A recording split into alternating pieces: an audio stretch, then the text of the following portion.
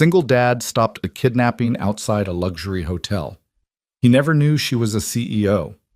Tonight, I'm sharing a story about Ethan Cole, a night security guard who became an accidental hero when he witnessed something terrifying outside the Grand Meridian Hotel. What he didn't know was that saving one woman's life would change everything he thought he knew about courage, sacrifice, and second chances. Stay with me until the end and comment below with your city so I can see how far this story travels around the world. The rain came down in sheets that October night, the kind of rain that turned the streets of downtown into rivers of reflected neon and made every shadow seem darker, every sound more ominous. Ethan Cole stood beneath the narrow awning of the parking structure adjacent to the Grand Meridian Hotel, watching the storm roll in from the east. His security uniform was slightly too big for his lean frame, the jacket worn at the elbows, the name tag scratched and faded. He'd been on shift for 6 hours already, and his feet ached in boots that needed replacing 3 months ago. But Ethan didn't complain. He never complained. At 34 years old, he'd learned that complaining changed nothing. Action did. Hard work did. Showing up every single day for his son did. He pulled his phone from his pocket, careful to shield it from the rain, and checked the time. 9:47. In his messages, there was a photo from Mrs. Chen, his neighbor, who watched Liam during his night shifts. His 7-year-old son was curled up on her couch, fast asleep with his favorite book still clutched in his small hands, Where the Wild Things Are. Ethan's chest tightened with that familiar mixture of love and guilt. Love because that little boy was his entire world. Guilt because he wished he could be there to tuck him in every single night instead of working until 2 in the morning just to keep their heads above water. Soon, he told himself, just keep pushing. Keep grinding. Better days are coming. He'd been telling himself that for 3 years now, ever since Sarah left. Ever since she had decided that motherhood and marriage weren't what she wanted after all, that she needed to find herself somewhere far away from the responsibilities she'd created. The divorce papers came by mail. The child support checks never did. So Ethan worked. He worked the construction site from 6 in the morning until 3 in the afternoon, then rushed home to have 2 precious hours with Liam, helping with homework, making dinner, listening to stories about school and friends, and the injustice of having to eat vegetables. Then Mrs. Chen would arrive, Ethan would put on his security uniform, and he'd head to his second job, patrolling the parking structures and loading docks of the business district until the early morning hours. It was brutal. It was exhausting. But every time he looked at Liam's smile, every time his son wrapped those skinny arms around his neck and said, "Love you, Dad," Ethan knew it was worth it. Every single sleepless hour was worth it. The rain intensified, drumming against the concrete above him. Ethan stepped closer to the edge of the awning, peering out at the street. The Grand Meridian rose like a glass and steel monument to wealth across the avenue, its lobby glowing with golden light, its entrance sheltered by a pristine white canopy where valets in burgundy uniforms hustled to open car doors for guests who stepped out in designer clothes and diamonds that probably cost more than Ethan made in a year. It was a different world over there, a world he'd only ever glimpsed from the outside. His radio crackled. "Cole, you copy?" Ethan pressed the button on his shoulder mic. "Copy, dispatch. Got a report of suspicious activity in Lot C, Level 3. Can you check it out?" "On my way." He turned away from the glittering hotel and headed into the parking structure, his flashlight beam cutting through the fluorescent-lit gloom. His footsteps echoed off the concrete. Cars sat in neat rows, silent and still. He walked the perimeter of Level 3, checking between vehicles, looking for anything out of place. Teenagers sometimes came here to drink or smoke or make out in their parents' cars. Usually they scattered when they saw his flashlight, but tonight the level was empty. "Dispatch, Lot C clear. Probably just a false alarm." "Copy that. Stay alert." Ethan made his way back down to street level, returning to his post near the exit. The rain hadn't let up. If anything, it was worse now, coming down so hard that visibility across the street was reduced to blurred shapes and colors. The traffic lights at the intersection cycled from red to green to yellow, their glow bleeding into the wet asphalt. He checked his phone again. 9:58. 4 more hours. That's when he saw the black SUV. It came from the south, moving fast. Too fast for the weather conditions. Its headlights cut through the rain like twin blades as it barreled toward the intersection. For a moment, Ethan thought it would run the red light. But at the last second, it jerked to a stop directly in front of the Grand Meridian's entrance, tires screeching against the wet pavement. Ethan straightened, his instincts suddenly alert. Something about the way the vehicle had arrived felt wrong, urgent, aggressive. The SUV sat there, engine running, windshield wipers slashing back and forth. In the golden light spilling from the hotel entrance, Ethan could see the vehicle more clearly. It was a black Escalade, windows heavily tinted, no front license plate. The kind of vehicle that screamed either wealth or trouble, or both. The hotel's glass doors opened and a woman emerged. Even from across the street, even through the rain, Ethan could see she was striking. She wore a crimson coat that fell to her knees, its color vivid against the gray night. Her dark hair was pulled back and she walked with the kind of confidence that came from never doubting your place in the world. A valet hurried alongside her with an umbrella, trying to keep her dry as they approached the curb where a silver Mercedes waited. She was clearly important, clearly wealthy, clearly someone who belonged in that glittering world behind the glass. But then everything went wrong. The rear doors of the Escalade flew open. Two figures burst out, moving with terrifying speed and purpose. They wore black tactical clothing and ski masks that covered everything except their eyes. Before the valet could even react, before the woman could scream, they were on her. The first man grabbed her arm, yanking her away from the valet with brutal force. The umbrella went flying, spinning away into the rain. The woman cried out, a sharp sound of shock and fear that cut through the night like broken glass. The second man grabbed her other arm, and together they began dragging her toward the open door of the SUV. Ethan's mind went blank for a split second, unable to process what he was seeing. This couldn't be real. Things like this didn't happen in real life, not right in front of a luxury hotel, not with witnesses and cameras. And the woman screamed again, and suddenly Ethan's paralysis shattered. He was running before he consciously decided to move. His boots pounded against the wet pavement as he sprinted across the avenue, rain hammering his face, his heart exploding in his chest. Somewhere in the rational part of his brain, a voice was shouting that this was insane, that he was unarmed, that these men could be dangerous, that he should call the police and let them handle it. But that voice was drowned out by something louder, something more primal. She needs help, now. The valet had stumbled backward, dropping his umbrella, too shocked to do anything but stare. Inside the hotel, people were just beginning to notice the commotion, faces appearing at the glass doors. But no one was moving. No one was helping. Ethan was halfway across the street when one of the kidnappers looked up and saw him coming. The man's eyes widened behind his mask. Surprise, then calculation. He barked something to his partner, words swallowed by the rain and wind. The woman was fighting them now, thrashing and kicking, trying to wrench herself free. Her crimson coat twisted around her body. Rain plastered her hair to her face. Ethan could see the terror in her eyes, wide and white and desperate. "Let her go!" Ethan's voice tore from his throat, raw and commanding. The first kidnapper, the one who'd spotted him, released the woman's arm and reached into his jacket. Ethan saw the dark shape of a weapon emerging and didn't think, didn't slow, just changed his angle at the last possible moment. He slammed into the man with his full body weight, a textbook tackle that would have made his high school football coach proud. They went down hard on the wet pavement, the weapon skittering away across the sidewalk. Pain exploded through Ethan's shoulder where he'd made contact, but he ignored it, driving his weight down, trying to keep the man pinned. "Help!" he shouted toward the hotel. "Call the police! Call!" The second kidnapper still had hold of the woman, but now he was torn. Continue with the abduction or help his partner. The SUV's engine revved, and Ethan heard someone yelling from inside the vehicle, urging them to hurry. The woman made the decision for them. With a sudden burst of strength born from pure adrenaline and terror, she twisted in the second man's grip, bringing her elbow up and back with vicious force. It caught him in the throat. He gagged and loosened his hold just enough for her to tear free, stumbling backward into the rain. But freedom was fleeting. The man Ethan had tackled was stronger than he looked, and trained. He bucked upward, throwing Ethan off balance, then delivered a brutal punch to Ethan's ribs that drove the air from his lungs. Before Ethan could recover, the kidnapper was on his feet, and Ethan saw the flash of metal in his hand.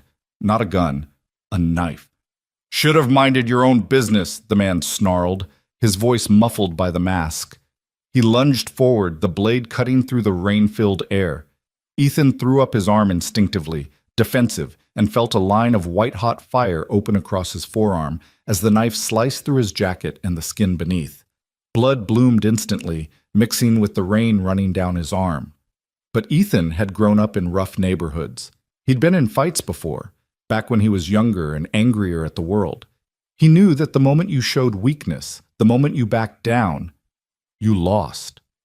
So instead of retreating, he stepped forward into the attack.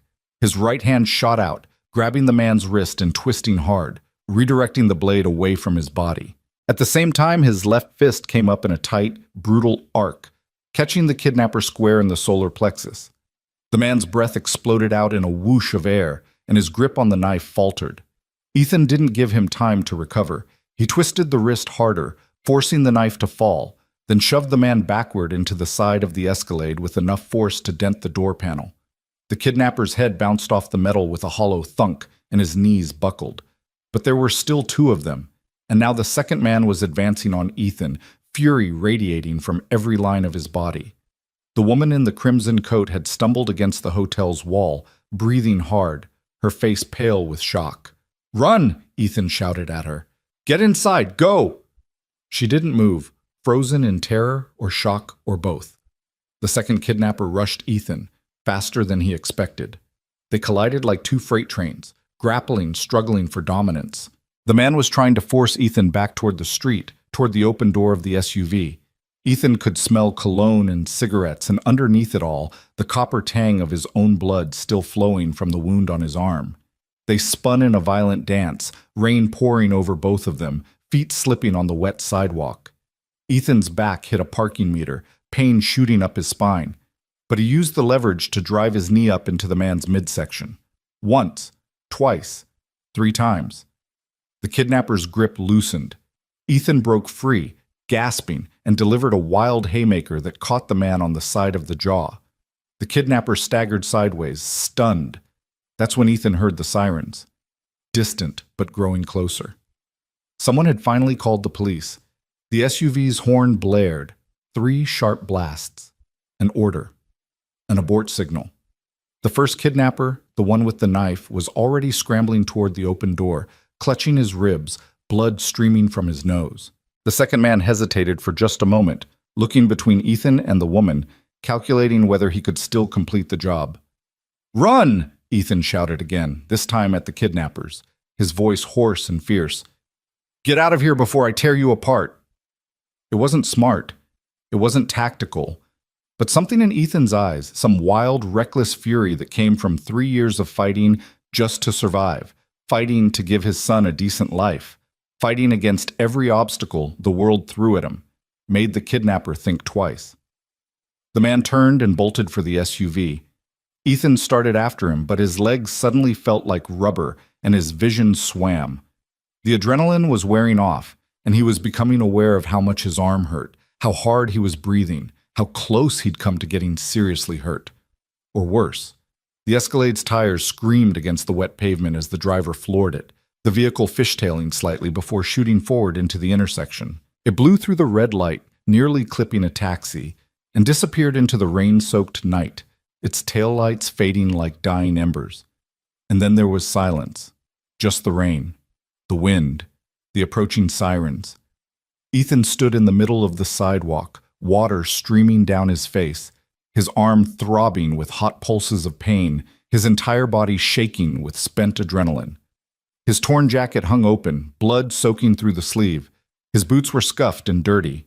He looked like he'd been through a war. Slowly, he turned toward the woman. She was still pressed against the hotel's wall, her crimson coat soaked through, her dark hair hanging in wet tangles around her face. Rain and blood, he wasn't sure whose, streaked across her cheek. Her chest heaved with rapid, panicked breaths, and her hands were shaking violently. But her eyes, dark, intelligent, fierce, were locked on him. For a long moment, neither of them moved. The world seemed to hold its breath. Then her legs gave out. Ethan lunged forward, catching her before she hit the pavement. She collapsed into his arms, trembling uncontrollably, and he held her, one hand cradling the back of her head, the other supporting her weight as best he could despite his own injuries. "You're okay," he murmured, his voice rough but gentle. "You're safe now. I've got you." She didn't speak, just gripped his jacket with shaking fingers, her face pressed against his chest. He could feel her heart racing, could feel the tremors running through her body. The hotel doors burst open, and suddenly there were people everywhere, valets, security guards, hotel staff, all rushing forward with questions and exclamations and shock written across their faces. Someone threw a blanket over the woman's shoulders. Someone else was asking Ethan if he was all right, pointing at his bleeding arm. The sirens were loud now, right on top of them. Red and blue lights painted the wet street, reflecting off the glass and steel of the Grand Meridian. 2 police cruisers screeched to a stop, followed by an ambulance. Ethan felt the woman being gently pulled from his arms by paramedics. She looked back at him, her eyes wide and dark, and filled with something he couldn't quite name. Shock, certainly. Fear, definitely. But underneath it all, something else. Recognition, maybe. Or understanding. "Sir, you're injured," a paramedic was saying, guiding him toward the ambulance. "We need to look at that arm." Ethan let himself be led, his legs moving automatically, his mind still trying to catch up with what had just happened, what he'd just done. Behind him, more police cars were arriving. Officers were spreading out, securing the scene, taking statements. The hotel entrance had become a chaos of flashing lights and urgent voices and the crackle of police radios. Ethan sat on the back edge of the ambulance while a paramedic cut away his sleeve and began cleaning the knife wound. It was deep but not life-threatening. It would need stitches. It would leave a scar. "You're lucky," the paramedic said. "An inch to the left and this would have hit the artery." Lucky. Right. Ethan watched as other paramedics attended to the woman in the crimson coat. She was sitting on a gurney now, wrapped in blankets, talking to a police officer. Even from this distance, even soaking wet and clearly traumatized, there was something about her presence that commanded attention. The way she held herself. The way people gravitated toward her, deferential and concerned. "That woman you saved," the paramedic said, following Ethan's gaze. "Do you know who she is?" Ethan shook his head. "No idea, just saw she needed help." The paramedic whistled low. "You're about to become very famous, my friend. That's Isabella Ford." The name meant nothing to Ethan. He shrugged, wincing as the movement pulled at his injured arm. "Should I know who that is?" "She's only one of the wealthiest people in the country, CEO of Ford Global Holdings. That company owns like half the businesses in this city." The paramedic paused in his work to gesture toward the towering buildings surrounding them. "See that high-rise? Ford property. The shopping center down the street? Ford property. Hell, probably half the stuff you buy comes from a company she owns." Ethan looked back at the woman, Isabella Ford apparently, and felt something twist in his chest. Of course she was rich. Of course she was important. Of course she was someone who mattered in the eyes of the world. And he was, what? A night security guard who could barely make rent. A single dad who bought generic cereal and shopped at thrift stores and drove a car that was older than some of his coworkers. 2 different worlds that should never have collided. But they had. For just a few violent, terrifying moments, their worlds had crashed together. And Ethan had done the only thing he knew how to do, protect someone who needed protecting. Because that's what you did. That's what decent people did. "Sir?" A police officer approached, notebook in hand. "I need to get your statement about what happened." Ethan nodded and began recounting the events, keeping his voice steady and factual. He described the SUV, the 2 men, the attempted abduction, the brief fight. He described it the way he might describe a scene from a movie, detached and objective, as if it had happened to someone else. Because if he thought too hard about what he'd actually done, running toward danger instead of away from it, fighting armed men with nothing but his bare hands, putting himself between evil and an innocent person, he might start shaking and never stop. More officers arrived. Someone from the hotel management appeared, wringing his hands and apologizing profusely. Reporters began gathering at the edge of the police perimeter, cameras hoisted on shoulders, sensing a story. Through it all, Ethan kept glancing at Isabella Ford. She was being loaded into an ambulance now, still wrapped in blankets, surrounded by what looked like private security personnel who'd arrived in black SUVs, the good kind this time. She was talking on a phone, her voice too quiet to hear from this distance, but her gestures were animated, urgent. Right before they closed the ambulance doors, she looked across the chaotic scene and found him. Their eyes met. She mouthed something, maybe "thank you," maybe something else. And then the doors closed and the ambulance pulled away, lights flashing but no siren, disappearing into the wet night. And Ethan was left standing there in his torn, bloody uniform, wondering what the hell he'd just gotten himself into. "Mr. Cole?" Another officer approached. "We're going to need you to come down to the station to make a formal statement, and we'll need photographs of your injuries for evidence." "I need to call my neighbor," Ethan said. "My son. I need to let her know I'll be late." "Of course, take your time."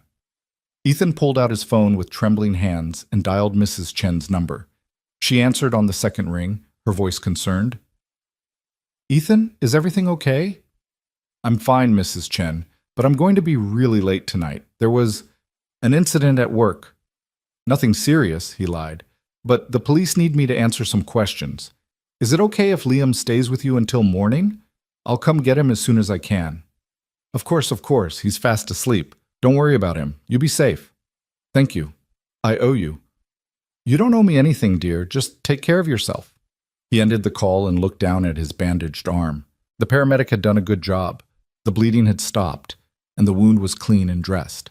But Ethan could already feel it stiffening, could already imagine how much it would hurt tomorrow, and the day after that, and the day after that. How was he supposed to work construction with an injured arm? How was he supposed to lift and carry and hammer and saw when every movement sent pain shooting through damaged muscles? The reality of his situation was starting to sink in, pushing through the adrenaline fog. He'd played hero, and now he was going to pay the price. Lost wages, medical bills, maybe even lost jobs if he couldn't perform his duties. And for what? For a woman who lived in a world so far removed from his own that they might as well be different species. But even as those bitter thoughts crossed his mind, Ethan pushed them away. Because when he closed his eyes, he could still see the terror in Isabella Ford's face, could still hear her screams, could still feel the moment when those men's hands had grabbed her, trying to drag her into darkness and God knows what fate. And he knew, with absolute certainty, that he'd do it all again. Every time. Without hesitation. Because that's what his father had taught him. Back when Ethan was just a kid and his dad was still alive, still working his 2 jobs to keep their family fed and housed. "Son," he'd said, "you measure a man not by what he has, but by what he does when someone needs help. You always step up, always, even when it costs you, especially when it costs you. That's what makes us human." His father had died when Ethan was 16, a heart attack at age 49, worn out from too much work and too much stress and too little rest. But those words had stayed with Ethan, had shaped him, had made him into the kind of man who would sprint toward danger instead of away from it, even if it left him bleeding, even if it left him broke, even if the world never noticed or cared. "Mr. Cole?" The officer was waiting. "Ready to go?" Ethan nodded, took one last look at the Grand Meridian Hotel with its golden lights and its expensive cars and its world of wealth and privilege, and followed the officer to the patrol car. As they drove toward the station, Ethan's phone buzzed with a text. He pulled it out and saw it was from his boss at the construction site. Saw the news. "You okay? Take tomorrow off if you need it." News? What news? He opened his phone's browser and searched his name. The results made his stomach drop. Hero security guard saves CEO from kidnappers. Single father fights off armed men in daring rescue man risks life to save billionaire outside luxury hotel. There were already articles, already photos, grainy cell phone footage someone had captured from inside the hotel showing Ethan tackling the first kidnapper. Another shot of him holding Isabella Ford after the attack, both of them soaked and bloody and alive. He was already famous. He was already a story. And Ethan realized with a sinking feeling in his gut that his quiet, anonymous life, the life where he just worked hard and raised his son and minded his own business, was over.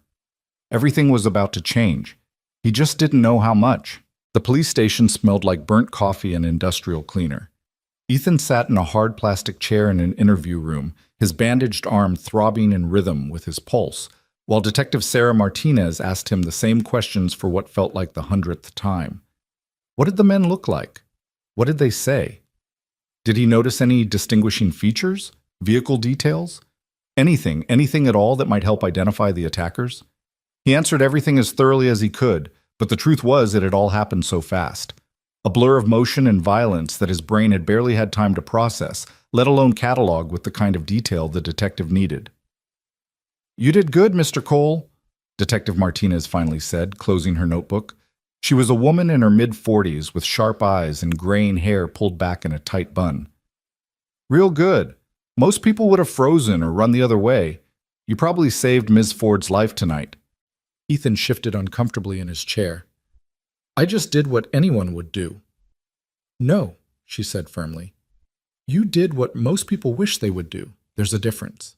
She stood, extending her hand. "We'll be in touch if we need anything else.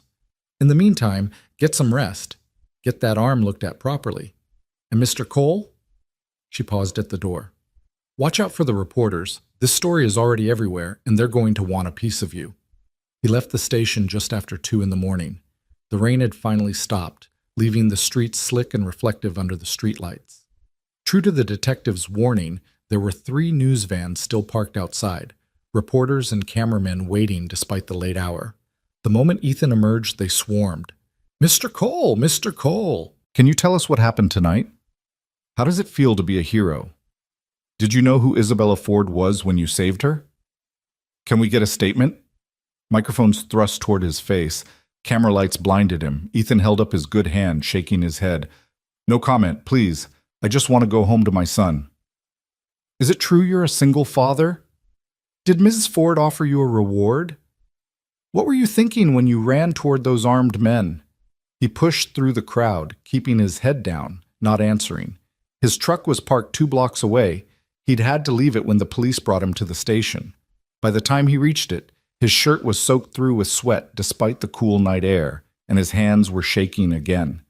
He sat behind the wheel for a long moment, just breathing, trying to collect himself. His phone wouldn't stop buzzing. Text messages, missed calls, notifications from social media accounts he barely used. Everyone wanted something from him. Everyone wanted a piece of the story. Everyone except the one person who mattered. Ethan pulled up Mrs. Chen's contact and sent her a quick text. "On my way." The drive to her apartment took 15 minutes. She lived in the same building as Ethan and Liam, just 2 floors down, and she'd been a godsend ever since Sarah left. A widow in her 70s with grandchildren scattered across the country, she'd taken to Liam like he was her own, never asking for much in return, always ready with a kind word or a home-cooked meal.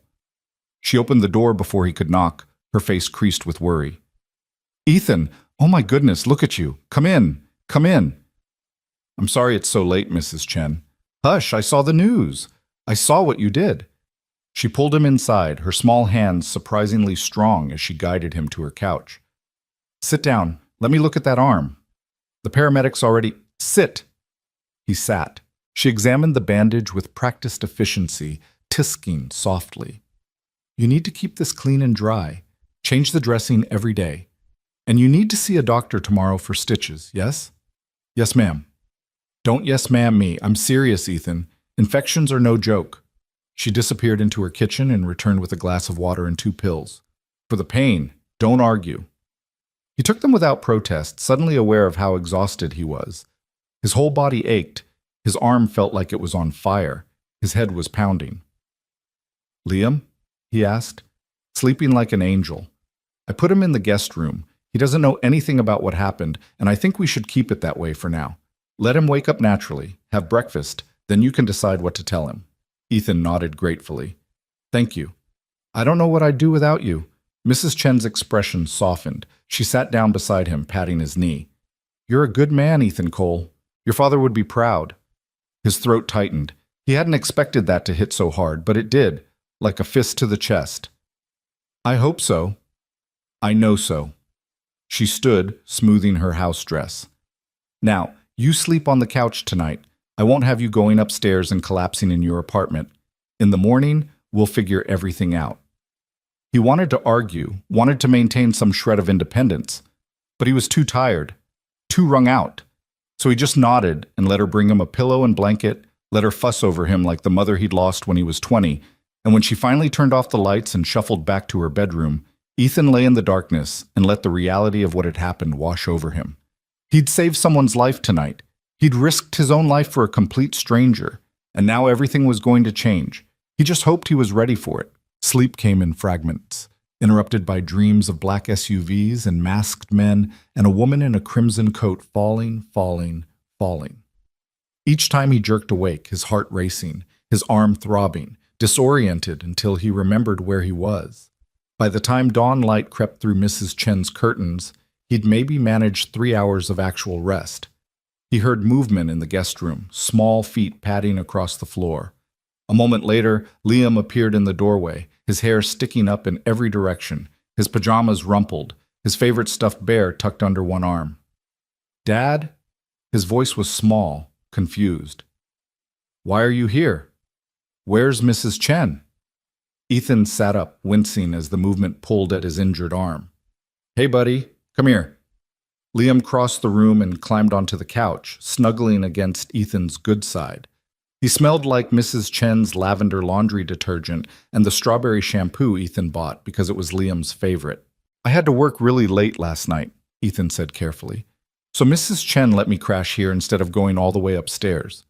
You sleep okay?" "Uh-huh." Liam's eyes found the bandage on Ethan's arm, and they went wide. "Dad, what happened to your arm?" "Oh, this? Just a little accident at work. Nothing serious." "Does it hurt?" "A little bit. But I'll be fine." Liam's lower lip trembled. "You promise?" Ethan pulled his son closer, pressing a kiss to the top of his head. "I promise, Liam. I'm okay. Everything's okay."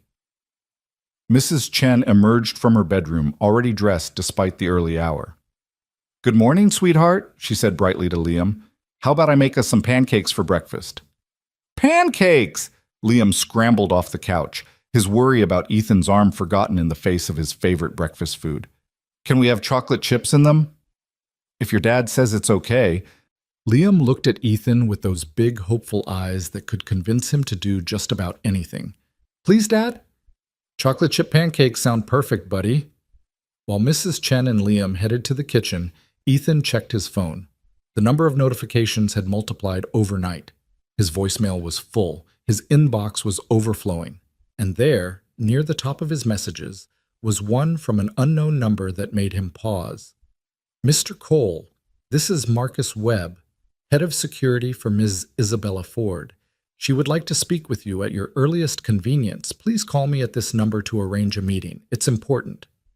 Ethan stared at the message for a long moment. Part of him wanted to delete it, to pretend last night had been a dream, to just go back to his normal life of work and bills and bedtime stories. But he knew that wasn't possible anymore. The world had shifted, and there was no putting it back the way it was. He glanced toward the kitchen, where he could hear Liam chattering excitedly about something that happened at school yesterday, Mrs. Chen responding with warm enthusiasm. His son was happy, safe, loved. That was all that mattered. Ethan typed a quick response. "I can meet today if needed. Let me know when and where." The reply came almost instantly. 2 p.m. The Mary's Hospital, private wing. Ask for Ms. Ford's room at the main desk. "Thank you, Mr. Cole." Hospital. Right. Isabella Ford had been taken to the hospital last night. He'd been so focused on his own situation, on getting through the police interviews and getting home to Liam, that he hadn't really thought about how she was doing. Had she been injured? Was she okay? The guilt settled in his stomach like a stone. Breakfast was a warm, domestic affair that felt surreal given everything that had happened. Liam ate his pancakes with such enthusiasm that he got chocolate on his nose, making both Ethan and Mrs. Chen laugh. For those few minutes, sitting at her small kitchen table with morning sunlight streaming through the windows, Ethan could almost pretend everything was normal. But then his phone rang. He checked the caller ID and grimaced. It was Jerry, his supervisor at the construction site. Ethan stepped into the living room to take the call. Jerry, hey. Ethan, Jesus Christ, man, are you okay? I've been seeing your face all over the news this morning. They're calling you a hero. I'm fine, just a cut on my arm. I'll be back to work as soon as. No, no, no. Take the week off. Paid. Don't argue with me on this. Jerry's voice was firm but kind. You saved someone's life, Ethan. You need time to recover. Besides, with that arm, you'd be useless on the site anyway. No offense. None taken. But Jerry, I can't afford to take a week off.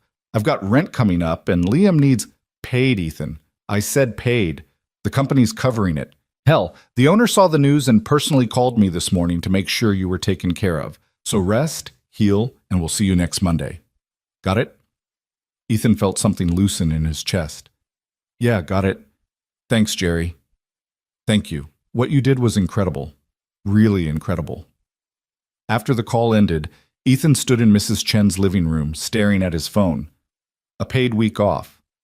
That was one problem solved, but he still had his night security job and he doubted he'd be getting the same accommodation there. He'd have to call them, explain the situation, hope they'd understand. Dad? Liam appeared beside him, syrup still on his chin. Can we go to the park today, please? Ethan checked the time, 9:30 in the morning. He had to meet Isabella Ford at 2. That gave him a few hours. Yeah, buddy, let's go to the park. Liam's face lit up like Christmas morning. Yes, can I bring my soccer ball? Of course. They went upstairs to their apartment so Ethan could shower and change. The wound on his arm made everything difficult. He had to keep it dry, had to move carefully, had to bite back curses when he accidentally pulled it the wrong way. But he managed, eventually emerging in clean jeans and a t-shirt that hid the bandage under its sleeve. The park was only a few blocks away. A small patch of green with a playground, a basketball court, and an open field where kids played soccer and threw frisbees. On a Saturday morning, it was busy with families enjoying the post-storm sunshine. Ethan and Liam found an empty spot on the grass, and Liam immediately started kicking his soccer ball around, his energy boundless in that way only 7-year-olds could manage. Ethan sat on a bench nearby, content to watch his son play, soaking in this moment of normalcy. But normalcy was short-lived. Excuse me, are you Ethan Cole? He looked up to find a young woman standing there with her phone out, her expression eager. I am. Can I help you? Oh my God, you are. I saw you on the news this morning. What you did was amazing. Can I take a picture with you? My friends are never going to believe this.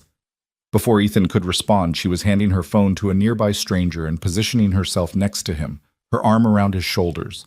The camera flashed. Thank you so much. You're a real hero. She hurried off, already typing on her phone. Ethan sat there, stunned. This was going to be his life now, wasn't it? People recognizing him, wanting pictures, treating him like some kind of celebrity when all he'd done was help someone in trouble. Over the next hour, it happened 3 more times. Different people, same excitement, same requests for photos. By the 4th time, Liam had noticed and come running over. Dad, why does everyone want pictures with you? Ethan pulled his son onto his lap, suddenly feeling very tired. Something happened at work last night, Liam. I helped someone who was in trouble and I guess people saw it on the news. What kind of trouble? The kind that doesn't matter anymore because she's safe now. Was it scary? Ethan thought about the knife, the fight, the very real possibility that he could have died on that rain-slicked sidewalk. Yeah, buddy, it was scary, but sometimes we have to do scary things to help people. Liam was quiet for a moment, processing this. Then he threw his arms around Ethan's neck, hugging him tightly. I'm glad you didn't get hurt bad. Me too, Liam. Me too. They stayed at the park until noon, then stopped at a deli on the way home for sandwiches. Ethan had to fend off 2 more people who recognized him, including the woman behind the counter who insisted his meal was on the house. Heroes don't pay, she declared, refusing to take his money. Back at the apartment, Ethan settled Liam in front of the TV with his sandwich and a cartoon, then retreated to his bedroom to get ready for the hospital visit. He changed into his one good button-down shirt, the one he wore to parent-teacher conferences and the occasional job interview, and tried to make his hair cooperate. The bandage on his arm was visible beneath the rolled-up sleeve, white and stark against his tanned skin. He looked at himself in the mirror and wondered what Isabella Ford would see. A nobody? A good Samaritan? A man who'd stumbled into her world by accident and would stumble right back out again once they'd exchanged pleasantries? Probably all of the above. Mrs. Chen agreed to watch Liam again, and Ethan caught a bus to St. Mary's Hospital. He could have driven, but parking was expensive, and he was suddenly very aware of every dollar in his bank account. Hero or not, bills still needed to be paid. The hospital was one of the nicer ones in the city, all modern architecture and manicured grounds. The main lobby was bright and clean, with artwork on the walls and a massive flower arrangement on the reception desk. Ethan approached the desk, suddenly self-conscious. "I'm here to see Isabella Ford. I was told to ask at the main desk." The receptionist's eyes widened with recognition. "Mr. Cole." "Yes, we've been expecting you. Please take the elevator to the 5th floor. Someone will meet you there." The 5th floor was quiet, clearly a private wing where wealthy patients paid for peace and discretion. The moment the elevator doors opened, a man in a dark suit stepped forward. "Mr. Cole, I'm Marcus Webb, head of Ms. Ford's security." He was tall, broad-shouldered, probably ex-military given the way he carried himself. His handshake was firm but respectful. "Thank you for coming. Please, follow me." They walked down a hallway that looked more like a luxury hotel than a hospital, artwork on the walls, plush carpet underfoot, soft lighting. Marcus stopped at a door near the end and knocked gently. "Come in," a woman's voice called from inside. Marcus opened the door and gestured for Ethan to enter. The room was spacious, with a large window overlooking the city, comfortable furniture, and yes, a hospital bed, but one that looked far more comfortable than anything Ethan had ever seen in a medical facility. And sitting in a chair beside the window, wrapped in a silk robe over her hospital gown, was Isabella Ford. She looked different in daylight. Her dark hair was pulled back, and there was a small bandage on her temple, but her eyes were clear and sharp as they found his. She stood the moment he entered, and Ethan noticed she moved stiffly, like someone who'd been through an ordeal and was still feeling its effects. "Mr. Cole." Her voice was composed, but there was emotion underneath it. "Thank you for coming." "Ms. Ford, how are you feeling?" "Better than I have any right to feel, thanks to you." She gestured to a chair across from hers. "Please, sit. Would you like something to drink? Coffee? Water?" "Water would be great, thank you." Marcus produced a bottle of water seemingly from nowhere and handed it to Ethan before quietly exiting the room, closing the door behind him. Suddenly it was just the two of them, a security guard and a CEO, in a hospital room that cost more per night than Ethan made in a month. Isabella sat back down, studying him with an intensity that made him uncomfortable. "They told me you refused to talk to the press." "I don't need the attention. I just did what anyone would do." "That's the second time you've said that." She leaned forward slightly. "But it's not true, Mr. Cole. Most people wouldn't have done what you did. Most people would have run the other way or called for help or frozen in fear. But you? You ran toward danger. You put yourself between me and those men. You got hurt protecting me." Her eyes dropped to the bandage on his arm. "How bad is it?" 15 stitches? I'll be fine." 15. She said the word like it physically hurt. "You took a knife wound meant for me." "Actually, I think the knife was just meant to stop me. But either way, it's healing." She was quiet for a moment, her hands folded in her lap, her expression unreadable. When she spoke again, her voice was softer. "I don't remember everything clearly. The police said I was in shock, but I remember you holding me after it was over. I remember feeling safe for the first time since those hands grabbed me. And I remember thinking, who is this man? Why would he risk everything for a stranger?" Ethan took a sip of water, buying himself time. "I have a son. He's 7. And I thought, what if someone grabbed him? What if he was in danger and no one helped because it wasn't their problem? I'd want someone to step up, so I did." Something shifted in Isabella's expression, a crack in the composed facade. "What's your son's name?" "Liam." "Does he know what you did?" "Not really. I told him I helped someone at work. He knows I got hurt, but I didn't give him details. He's just a kid. He doesn't need to know how scary the world can be." "You're protecting him, the way you protected me." It's what fathers do. It's what decent people do. Isabella stood and walked to the window, looking out at the city below. From this height, you could see for miles the business district with its gleaming towers, the residential neighborhoods spreading out like a patchwork quilt, the river winding through it all like a silver thread. I've lived in this city my entire life, she said quietly. Built my company from nothing, worked 18-hour days, made decisions that affected thousands of people's lives.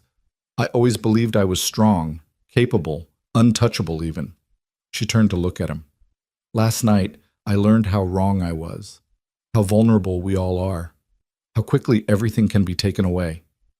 Did they tell you anything about who those men were or why they targeted you? The police have some theories: corporate espionage, kidnapping for ransom, a competitor trying to intimidate me. Take your pick. I've made enemies in my career. That's the cost of success in my world. Her jaw tightened. But they almost succeeded.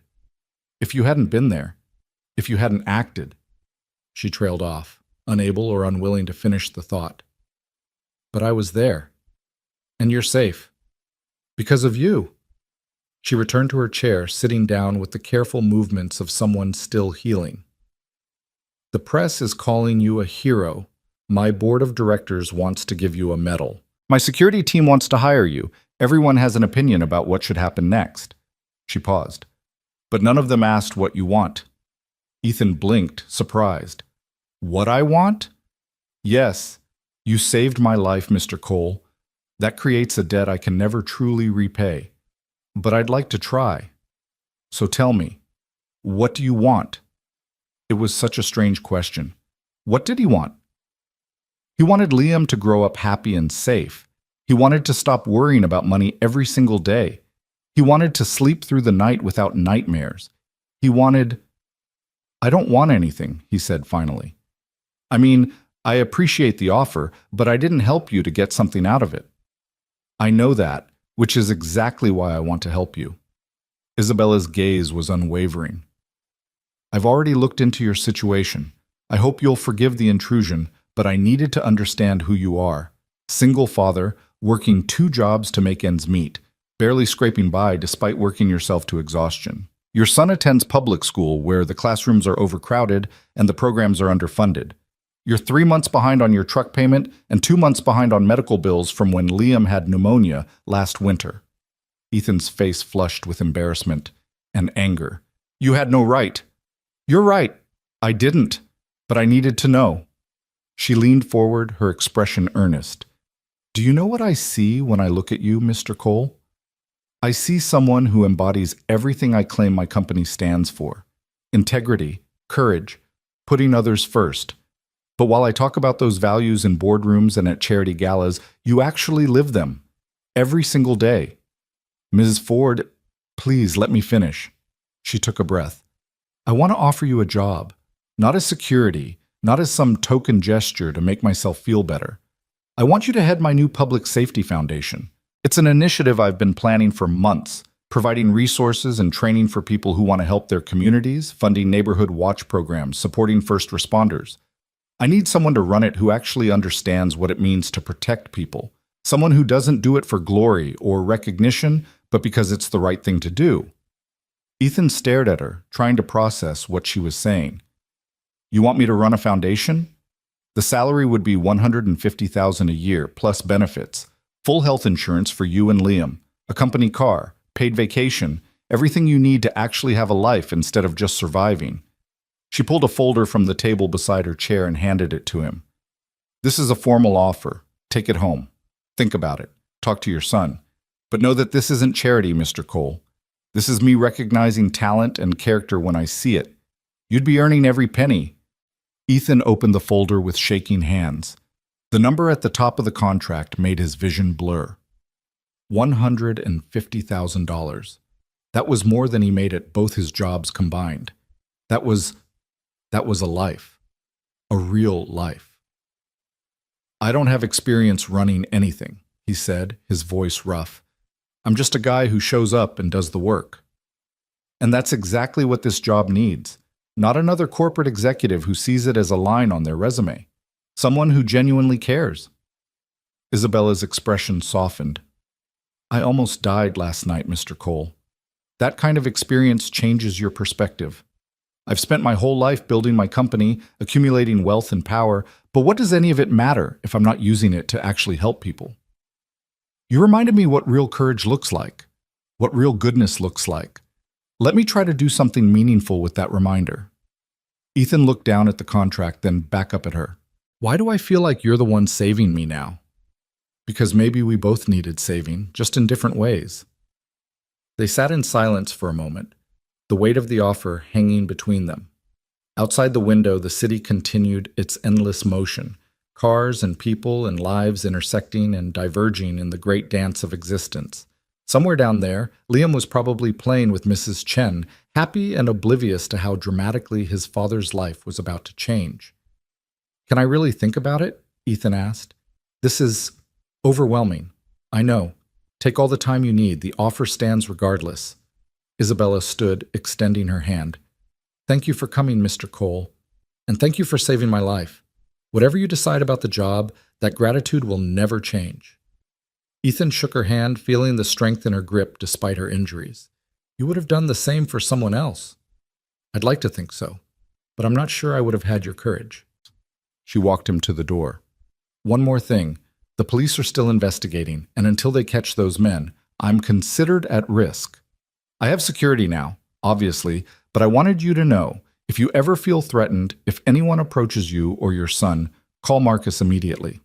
She pressed a business card into his hand. His number. He'll make sure you're protected. The thought sent a chill down Ethan's spine. He hadn't considered that the kidnappers might come after him, might see him as a loose end or a witness to eliminate, might see Liam as leverage. You think they'd come after me? I don't know, but I won't take chances with your safety, not after what you did for me. Marcus appeared in the hallway as if summoned, and he escorted Ethan back to the elevator.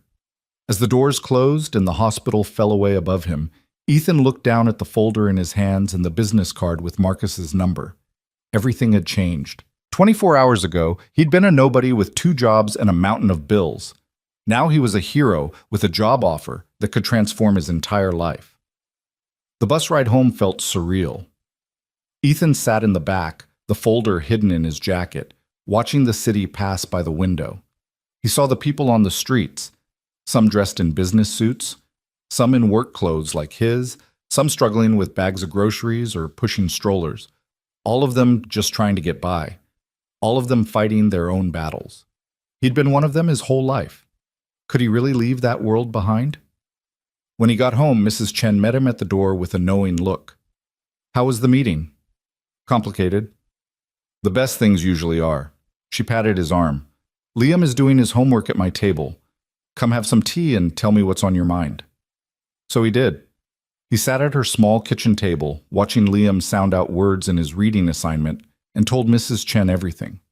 The job offer, the salary, the benefits, the impossible opportunity that had fallen into his lap because he'd done one good thing. She listened without interrupting, her weathered hands wrapped around her teacup, her eyes gentle and wise. What does your heart tell you? She asked when he'd finished. My heart says I'd be crazy to turn it down. But my head says I'm not qualified, that I'll fail, that I'll let everyone down. And what does Liam need? Ethan looked at his son, bent over his workbook with his tongue poking out in concentration, and felt his chest tighten. He needs stability, security. A father who doesn't come home exhausted every night. A future that doesn't involve watching me work myself to death like my dad did. Then you have your answer. It's scary, Mrs. Chen. What if I'm not good enough? She reached across the table and took his hand. Ethan, you ran toward danger to save a stranger's life. You took a knife wound protecting someone you'd never met. You worked 2 jobs to give your son everything he needs while never complaining, never giving up. If that's not good enough, then nothing is.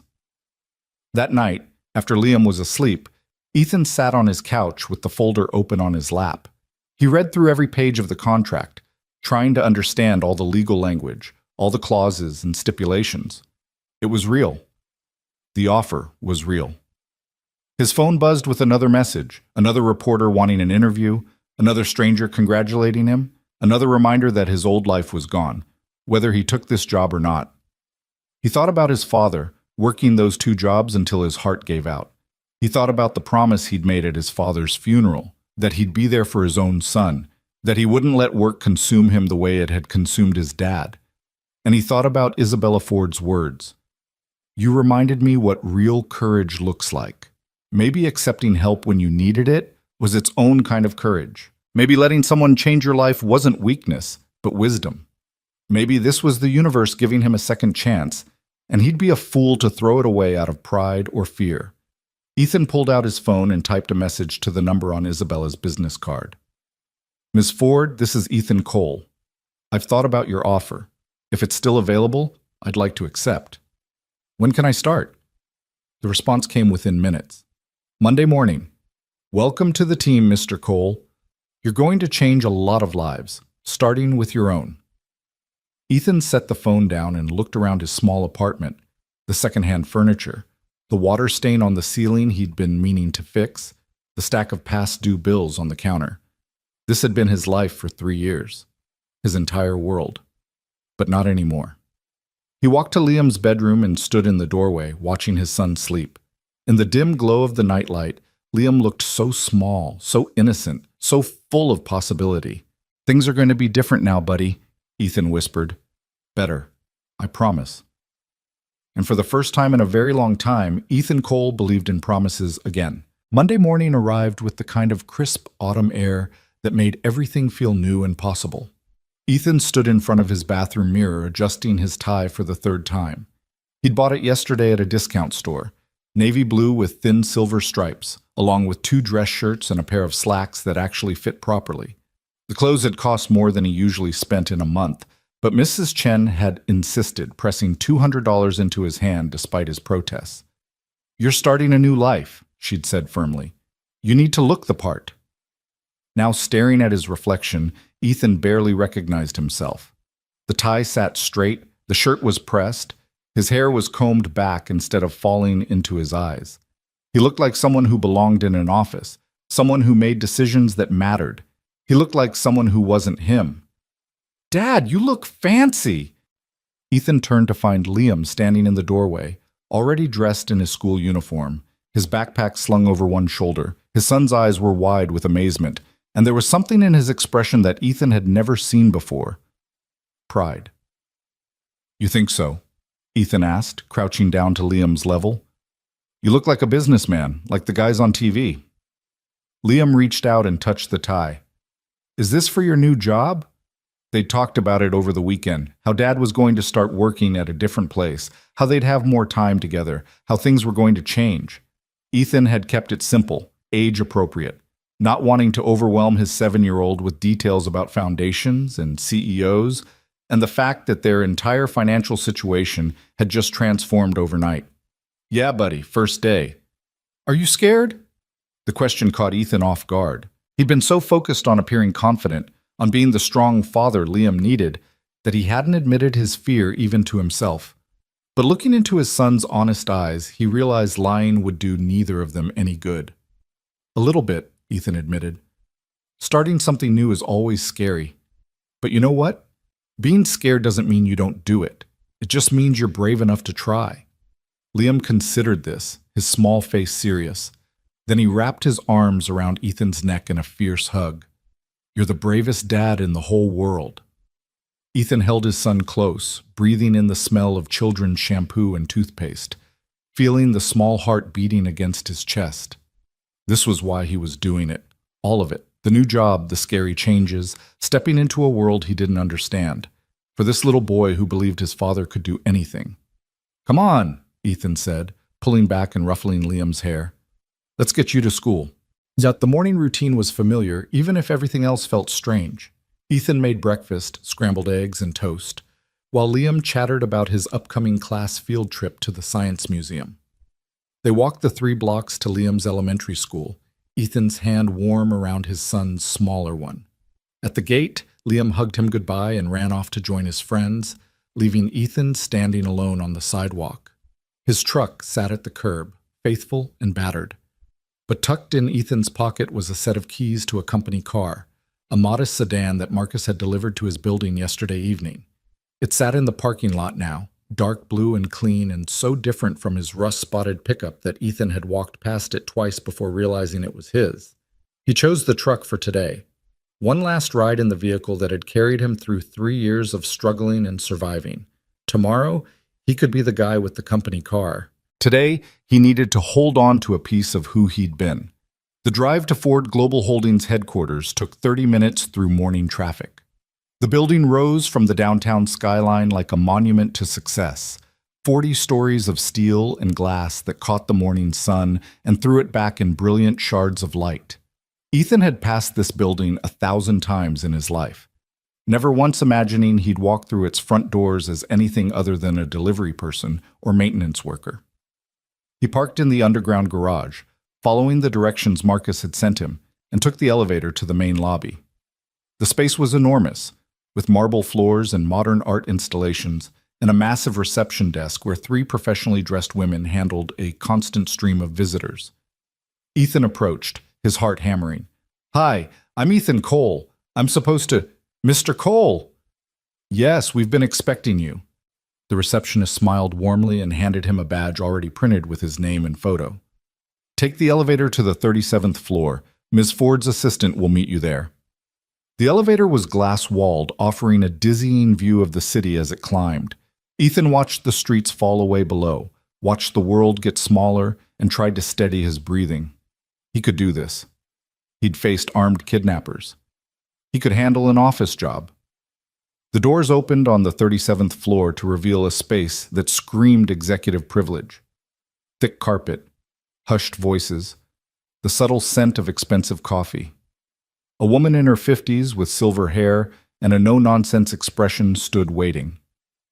"Mr. Cole, I'm Patricia Reeves, Ms. Ford's executive assistant. Welcome to Ford Global Holdings." Her handshake was brisk and businesslike. "Ms. Ford is finishing a conference call, but she asked me to show you around first. This way, please."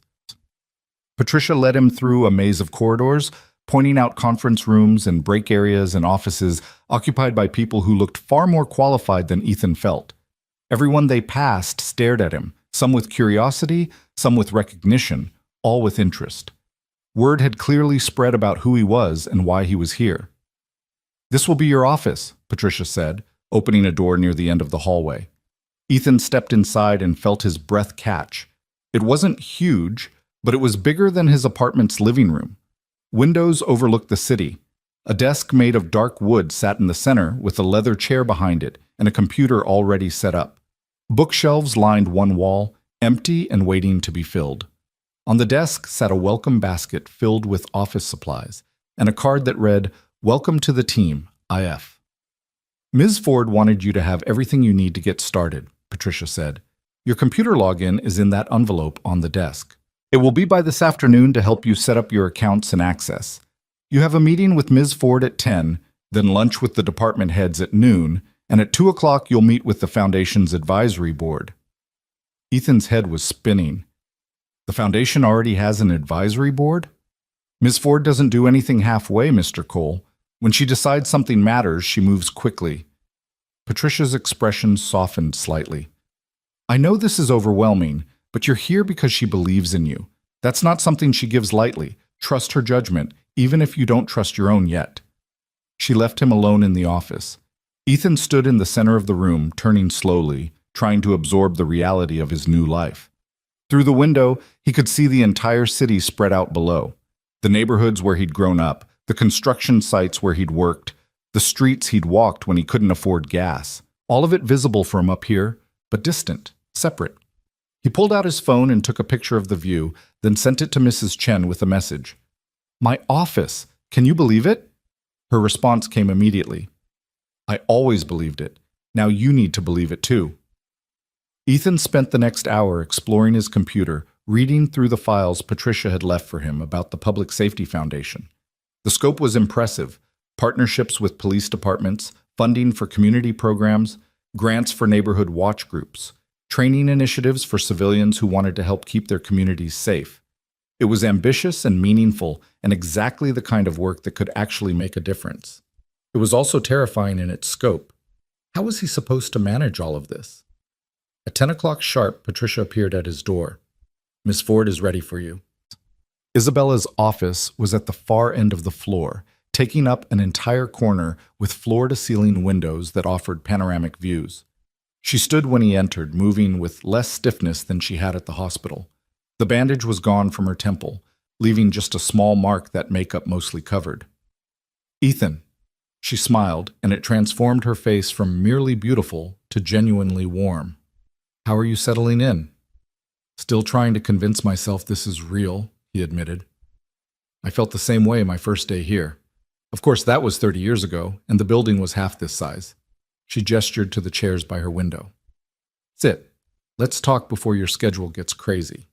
He sat, and she joined him, both of them looking out at the city rather than at each other. It made the conversation feel less formal, more genuine. "I want to be honest with you about something," Isabella said. "When I offered you this job, it wasn't just gratitude, though that's certainly part of it. I've been planning this foundation for 2 years, but I couldn't find the right person to lead it. Every candidate was qualified on paper, business degrees, management experience, impressive resumes, but none of them understood what it actually means to protect people, to sacrifice for strangers, to put yourself on the line because it's right, not because it's profitable. And you think I understand that? I know you do. I watched you do it." She turned to look at him directly. "I'm not going to lie and say this will be easy. You're going to have moments where you feel completely out of your depth, where you question every decision, where you wonder if I made a mistake choosing you." "I'm already there," Ethan said quietly. "Good. That means you're taking it seriously." Isabella's expression was earnest. "But here's what I know that you don't know yet. Character can't be taught. Integrity can't be trained. You either have it or you don't. And you have it, Ethan. Everything else, the management skills, the business knowledge, the political navigation, those can be learned.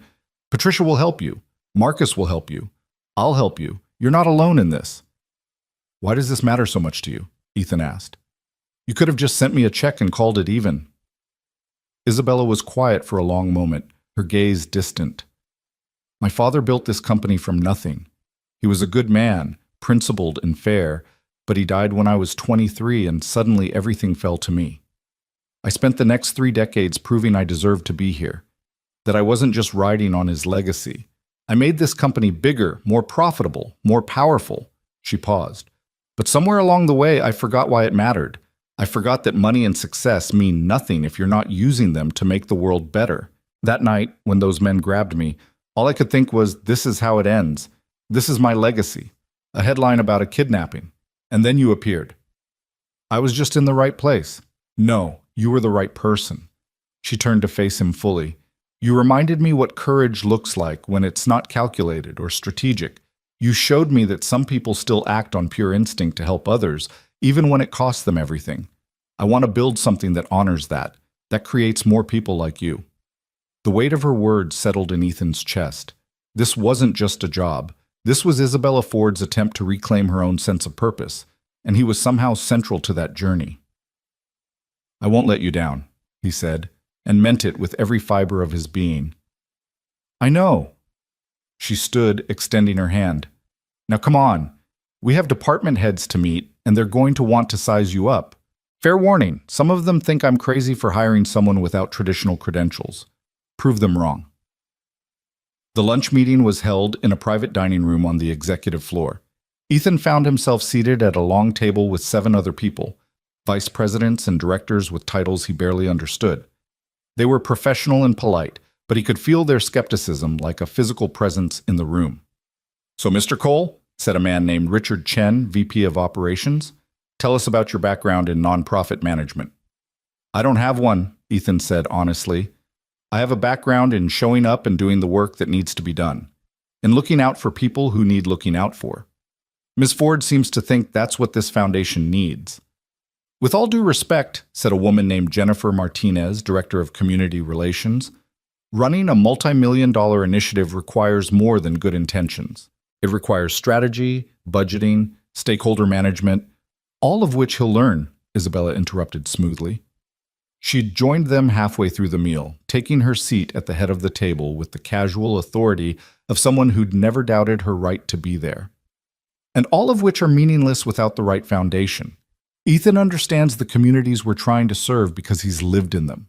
He understands the stakes because he's risked everything to protect a stranger.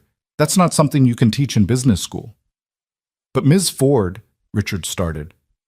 Richard, do you remember why you joined this company? Isabella's voice was gentle but firm. You told me in your interview that you wanted to work somewhere that made a difference, that actually helped people instead of just maximizing shareholder value. That's exactly what Ethan is here to do. Give him a chance to prove himself before you dismiss him. The room fell silent. Ethan could feel eyes on him, measuring, judging, waiting to see if he'd crack under the pressure. I know I have a lot to learn, Ethan said, looking around the table. And I'm not going to pretend I know everything about running a foundation or managing budgets or whatever else this job requires, but I do know what it's like to work 3 jobs and still worry about keeping the lights on. I know what it's like to live in neighborhoods where people are scared to let their kids play outside. I know what it's like to see someone in trouble and have to decide in a split second whether you're the kind of person who helps or the kind who looks away. He paused. Ms. Ford is betting that my experience is valuable. I'm going to prove her right. But I can't do it alone. I need help from people who know this world.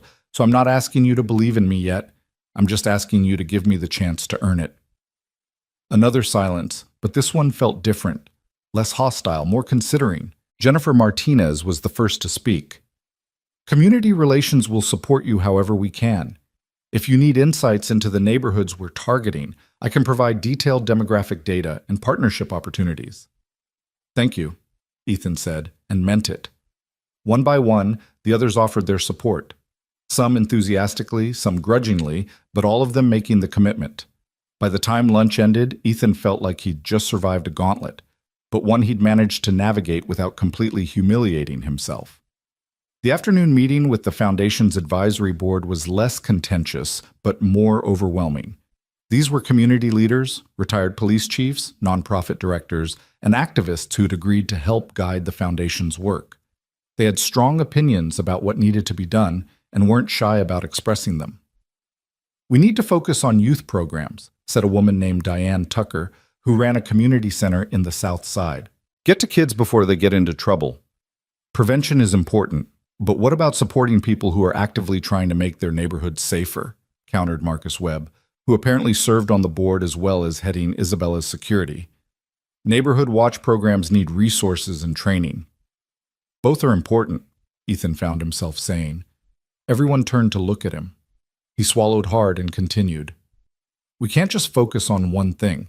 Communities need multiple layers of support. Programs for kids, yes, but also resources for adults who want to help. Better relationships between residents and police, improved street lighting and safety infrastructure. It all works together. Exactly, said a retired police captain named James Rodriguez. Security isn't just about law enforcement. It's about creating environments where people feel safe and empowered. The meeting lasted 2 hours, and by the end, Ethan's head was swimming with ideas and initiatives and partnerships. But underneath the overwhelm, he felt something else: excitement. This work mattered. It could actually change lives. When he finally made it back to his office at 4:30, Patricia was waiting with a stack of folders. These are the grant applications we've received so far. You'll need to review them and decide which ones to fund. There's also a request for you to speak at a community forum next week, and 3 interview requests from local news stations. Ethan stared at the pile. All of this today? Welcome to executive life, Mr. Cole. The work never stops. But she smiled as she said it, taking some of the sting out. Don't try to do it all at once. Prioritize. Delegate. And don't be afraid to ask for help. She left, and Ethan sat behind his desk, looking at the folders and the computer and the view of the city beyond his window. Somewhere down there, Liam was getting out of school, probably heading to Mrs. Chen's apartment for his snack and homework time. In a few hours, Ethan would pick him up, and they'd have dinner together, and for the first time in 3 years, Ethan wouldn't have to rush off to a second job afterward. He pulled out his phone and sent Liam a quick text. How was school, buddy? The response came quickly. Good. We learned about planets. When are you coming home? 6 o'clock. Want to get pizza for dinner? Yes, yes, yes! Ethan smiled and set the phone down. Then he opened the first folder and started reading about a neighborhood watch program that needed funding for communication equipment and training. The proposal was well written and clearly thoughtful. The neighborhood was one Ethan knew, had lived near for 2 years before finding his current apartment. He could picture the streets they were trying to protect, could imagine the families who lived there, working hard and trying to keep their kids safe in a world that sometimes felt more dangerous every day. He marked the application for approval and moved on to the next one. The week passed in a blur of meetings and learning and moments where Ethan felt completely out of his depth, followed by moments where everything suddenly clicked into place. Patricia became his lifeline, appearing at his office door whenever he looked particularly lost to offer guidance or connect him with someone who could help. Marcus stopped by regularly to discuss security concerns and share his expertise from 20 years in law enforcement.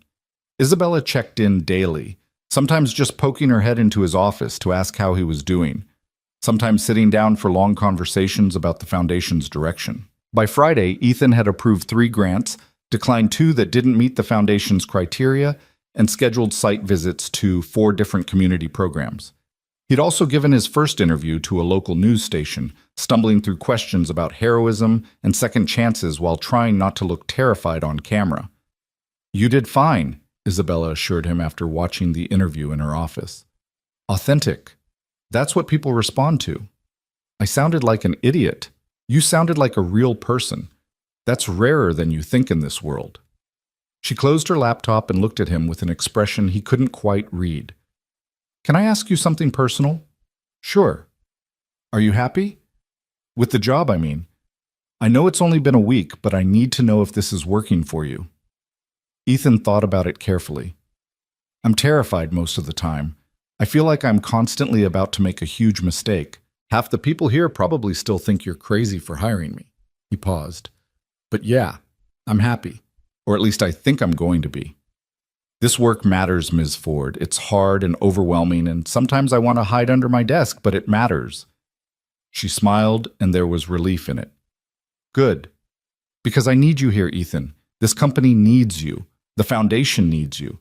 And I think, whether you realize it yet or not, you need this too." That evening, Ethan picked up Liam from Mrs. Chen's apartment and took him out for their promised pizza. They sat in a booth at their favorite cheap pizza place, the one with the checkered tablecloths and the jukebox that only played songs from the 80s.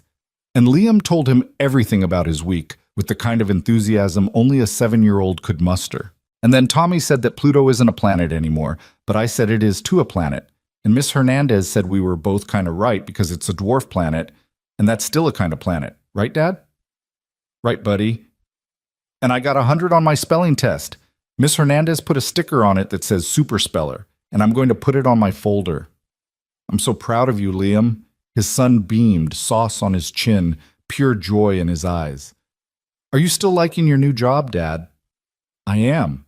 It's different from what I used to do, but it's good. Do you still get to be a hero? The question caught Ethan off guard. What do you mean? Mrs. Chen showed me the newspaper. It had your picture, and it said you were a hero. Are you still a hero at your new job? Ethan reached across the table and took Liam's hand. Being a hero isn't about one big thing, buddy. It's about showing up every day and trying to help people, even in small ways. So yeah, I'm trying to be a hero, just a different kind. I think you're the best hero, Liam said seriously, because you're my dad. Later that night, after Liam was asleep and Ethan was finally alone with his thoughts, he stood at his apartment window looking out at the city. In his pocket, his phone buzzed with an email from Patricia, the schedule for next week. More meetings, more site visits, more opportunities to learn and grow, and maybe, just maybe, make a difference. His old life felt like it belonged to someone else now. The construction sites, the night security shifts, the constant exhaustion and worry, all of it was fading into memory, being replaced by something new and strange and full of possibility. But as he looked at his reflection in the dark window, Ethan recognized the person staring back at him. The tie was new, the expensive shirt was new, the office and the title and the salary were all new.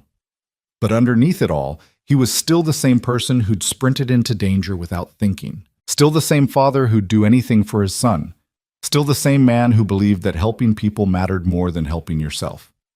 Isabella Ford had seen that in him, had better foundation on it, and Ethan Cole was going to prove she hadn't made a mistake. His phone buzzed again, but this time it wasn't an email. It was a text from an unknown number. "We know where you live. We know where your son goes to school. Stay out of what doesn't concern you." Ethan's blood turned to ice.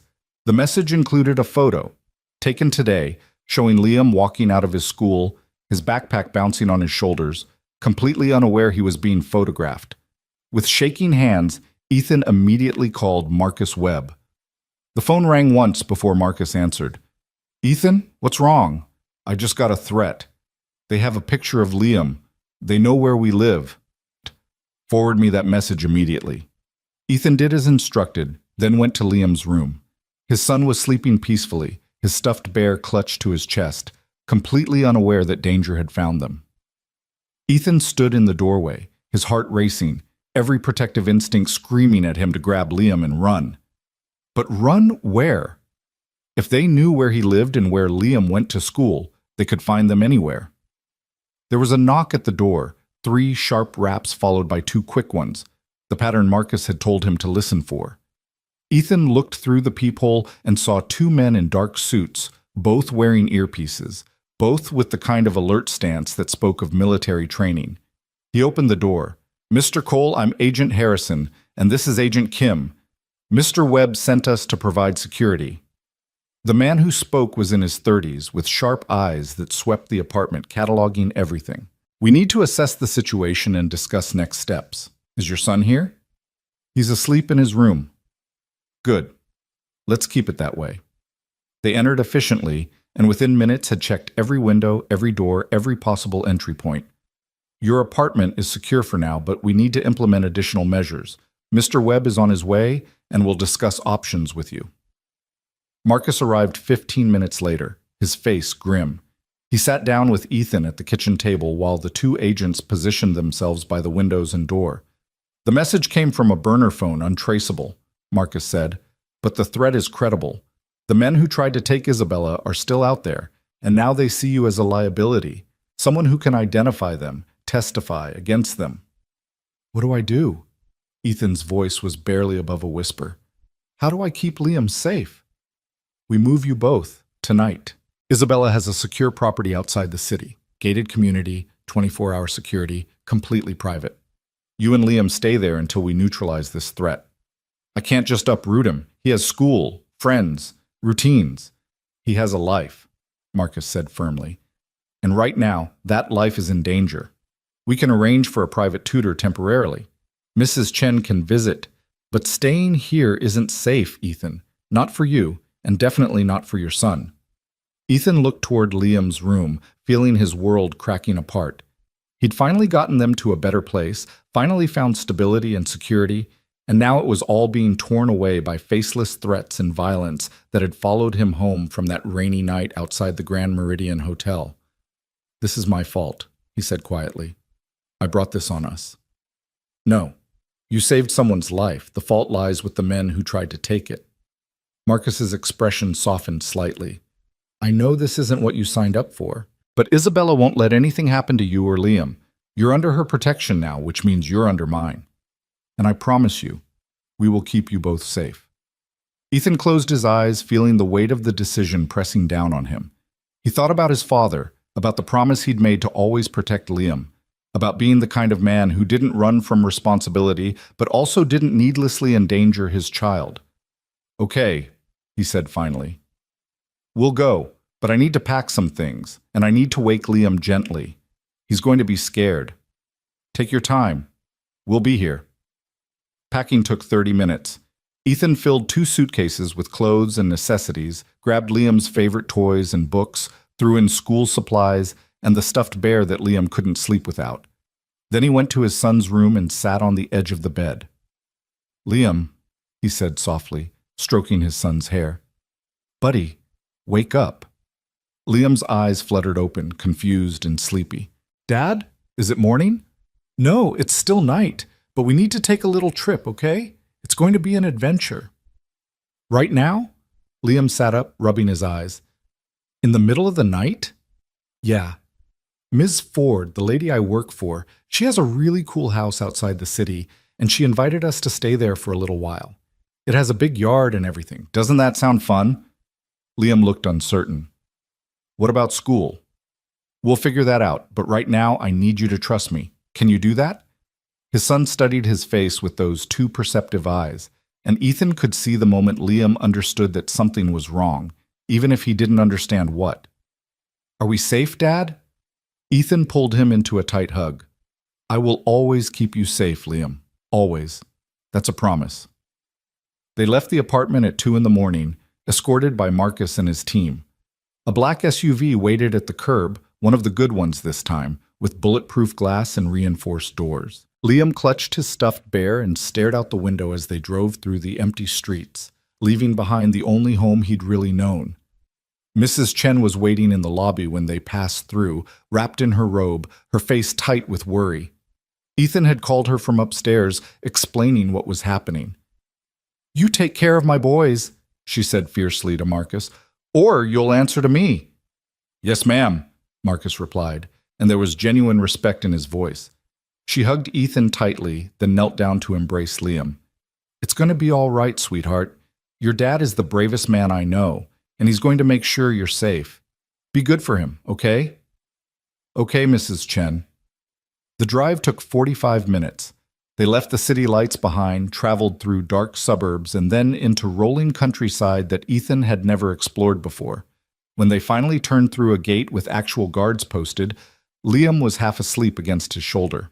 The property was enormous, a sprawling estate with a main house that looked like something from a movie, and several smaller guest houses scattered across manicured grounds. Marcus drove them to one of the guest houses, a 2-story cottage with warm lights glowing in the windows. "Isabella had it prepared for you," Marcus explained as he helped carry their bags inside. Fully stocked kitchen, comfortable beds, and security coverage 24/7. You're safe here, Ethan. The interior was beautiful. Hardwood floors, comfortable furniture, a kitchen that was bigger than Ethan's entire apartment had been. Upstairs, there were 2 bedrooms, each with their own bathroom. Liam's room had already been set up with children's furniture, toys, and books, as if Isabella had been planning for this possibility. Maybe she had been. "Try to get some sleep," Marcus said. "Tomorrow we'll establish a routine and discuss the security protocols. But for tonight, just rest. You're both exhausted." After Marcus left, Ethan tucked Liam into the unfamiliar bed, pulling the covers up to his chin. "How are you doing, buddy?" "It's nice here," Liam said quietly. "But I miss our apartment, and Mrs. Chen, and my school. I know, me too, but this is just temporary, okay? Just until it's safe to go home." "When will that be?" "I don't know, but I promise, as soon as it's safe, we'll go back." "Dad?" Liam's voice was very small. "Are the bad guys coming after us because you helped that lady?" Ethan felt his heart break a little. "Yeah, buddy, I think they are." "Do you wish you hadn't helped her, so we could still be home?" The question hung in the air between them. Ethan thought about that night, about Isabella's screams, about the choice he'd made in a split second. Would he make a different choice if he could do it over, knowing what it would cost? "No," he said finally. "I don't wish that, because she needed help, and I was there to give it. That's who I am, Liam. That's who I taught you to be. We help people, even when it's hard, even when it costs us something." Liam nodded slowly, processing this. "Okay, then I'm glad you helped her too, even if we have to live here for a while." Ethan kissed his son's forehead, his eyes stinging with tears he wouldn't let fall. "You're the best kid in the whole world. You know that?" "I know," Liam said with a sleepy smile. "You tell me all the time." After Liam finally drifted off, Ethan stood at the window of the guest house, looking out at the dark grounds. Security lights dotted the perimeter. He could see the shadow of a guard patrolling in the distance. This was his life now, not just the job and the office and the new opportunities, but also the danger that came with it, the threats that followed courage, the price of doing the right thing. His phone buzzed, a text from Isabella. "Marcus told me what happened. I'm so sorry, Ethan. We'll fix this. I promise you'll both be safe." He typed back, "Thank you for everything. We'll be okay." Her response came quickly. You saved my life. The least I can do is protect yours. Get some rest. Tomorrow we'll figure out how to end this. Ethan set the phone down and looked at his reflection in the dark window. The man staring back at him looked tired, worried, but not broken, not defeated. He'd protected his son. He'd made the hard choices. He'd stepped into danger to save a stranger and changed both their lives in the process. And somehow, despite everything, he'd do it all again. Because that's what heroes did, even when the cost was higher than they'd ever imagined. Morning came too early, sunlight streaming through unfamiliar windows and pulling Ethan from restless dreams filled with shadows and threats. For a disorienting moment, he couldn't remember where he was. The room was too nice, the bed too comfortable, everything wrong. Then reality crashed back in and he sat up abruptly, his first thought for Liam. He found his son already awake, sitting at the kitchen table in his pajamas with a plate of pancakes in front of him. Isabella Ford sat across from him, also in casual clothes, jeans and a soft sweater that made her look younger, more approachable than the executive he'd seen in her office. She was laughing at something Liam had said, her face open and genuine in a way that surprised Ethan. "Dad!" Liam's face lit up when he spotted Ethan in the doorway. "Miss Ford made pancakes, and they have blueberries." "I hope you don't mind me letting myself in," Isabella said, standing. "Marcus told me you both had a rough night, and I thought maybe a friendly face and breakfast might help. There's coffee on the counter and more pancakes if you're hungry." Ethan moved into the kitchen on autopilot, still processing the surreal image of one of the wealthiest women in the country making breakfast in his temporary kitchen. "You didn't have to do this." "I wanted to." She poured him a cup of coffee, adding cream the way he took it. She'd clearly paid attention during their office meetings. "Liam and I have been having a lovely conversation about space and planets. Did you know he wants to be an astronaut?" "This week," Ethan said with a small smile, accepting the coffee. "Last week he wanted to be a veterinarian. The week before that, a professional soccer player." "I wanted to be everything when I was his age too," Isabella said. "It's good to have dreams." She looked at Liam with genuine warmth. "And I think you'd make an excellent astronaut." Liam beamed, and Ethan felt something shift in his chest. This woman, this CEO who commanded boardrooms and controlled billion-dollar assets, was sitting in a guest house kitchen making his son feel special. Not because she had to, not for publicity or optics, but because she genuinely cared. After Liam finished eating and ran upstairs to get dressed, Isabella's expression turned more serious. "We need to talk about what happens next." "I know. Marcus said you'd have a plan." "Several plans, actually, but I want to hear what you need first. This is your life, Ethan, your son's life. You get a say in how we handle it." They sat at the table, coffee cups between them, and Ethan appreciated that she waited for him to speak first instead of steamrolling him with decisions already made. "I need Liam to feel as normal as possible," Ethan said finally. "He's scared, even if he's trying to be brave about it. He doesn't understand why bad people are after us, and honestly, I'm not sure I do either. We were just starting to build something stable, and now everything's chaos again." "The police have leads," Isabella said carefully. "The men who tried to take me that night, they weren't random criminals. They were hired by someone, and that someone apparently doesn't like loose ends. You're a witness. You can identify them. That makes you dangerous to whoever orchestrated this." "So what do we do? Hide here forever?" "No, we find them first." Her eyes hardened with determination. "I've hired a private investigation firm to work alongside the police. The best in the country. They're tracking down every lead, following every thread. Marcus's team is analyzing the threat you received, trying to trace it back to its source. And I've put up a substantial reward for information leading to arrests. Someone will talk. Someone always does when enough money is involved. And in the meantime? In the meantime, you and Liam stay here where it's safe. I've arranged for a tutor to work with Liam so he doesn't fall behind in school. Mrs. Chen can visit whenever she wants. Marcus will provide transportation and security. And you'll continue working on the foundation, just remotely for now. We'll set up video conferences, digital document reviews, whatever you need." Ethan stared into his coffee, watching the cream swirl in dark eddies. "I feel like I'm in witness protection or something." "That's essentially what this is. Protection. But not forever. just until the threat is eliminated. Isabella reached across the table and touched his hand gently. I know this isn't fair. I know you didn't sign up for any of this when you ran to help me that night. But I promise you, Ethan, I will not rest until you and Liam can go home safely. You saved my life. The least I can do is give you yours back.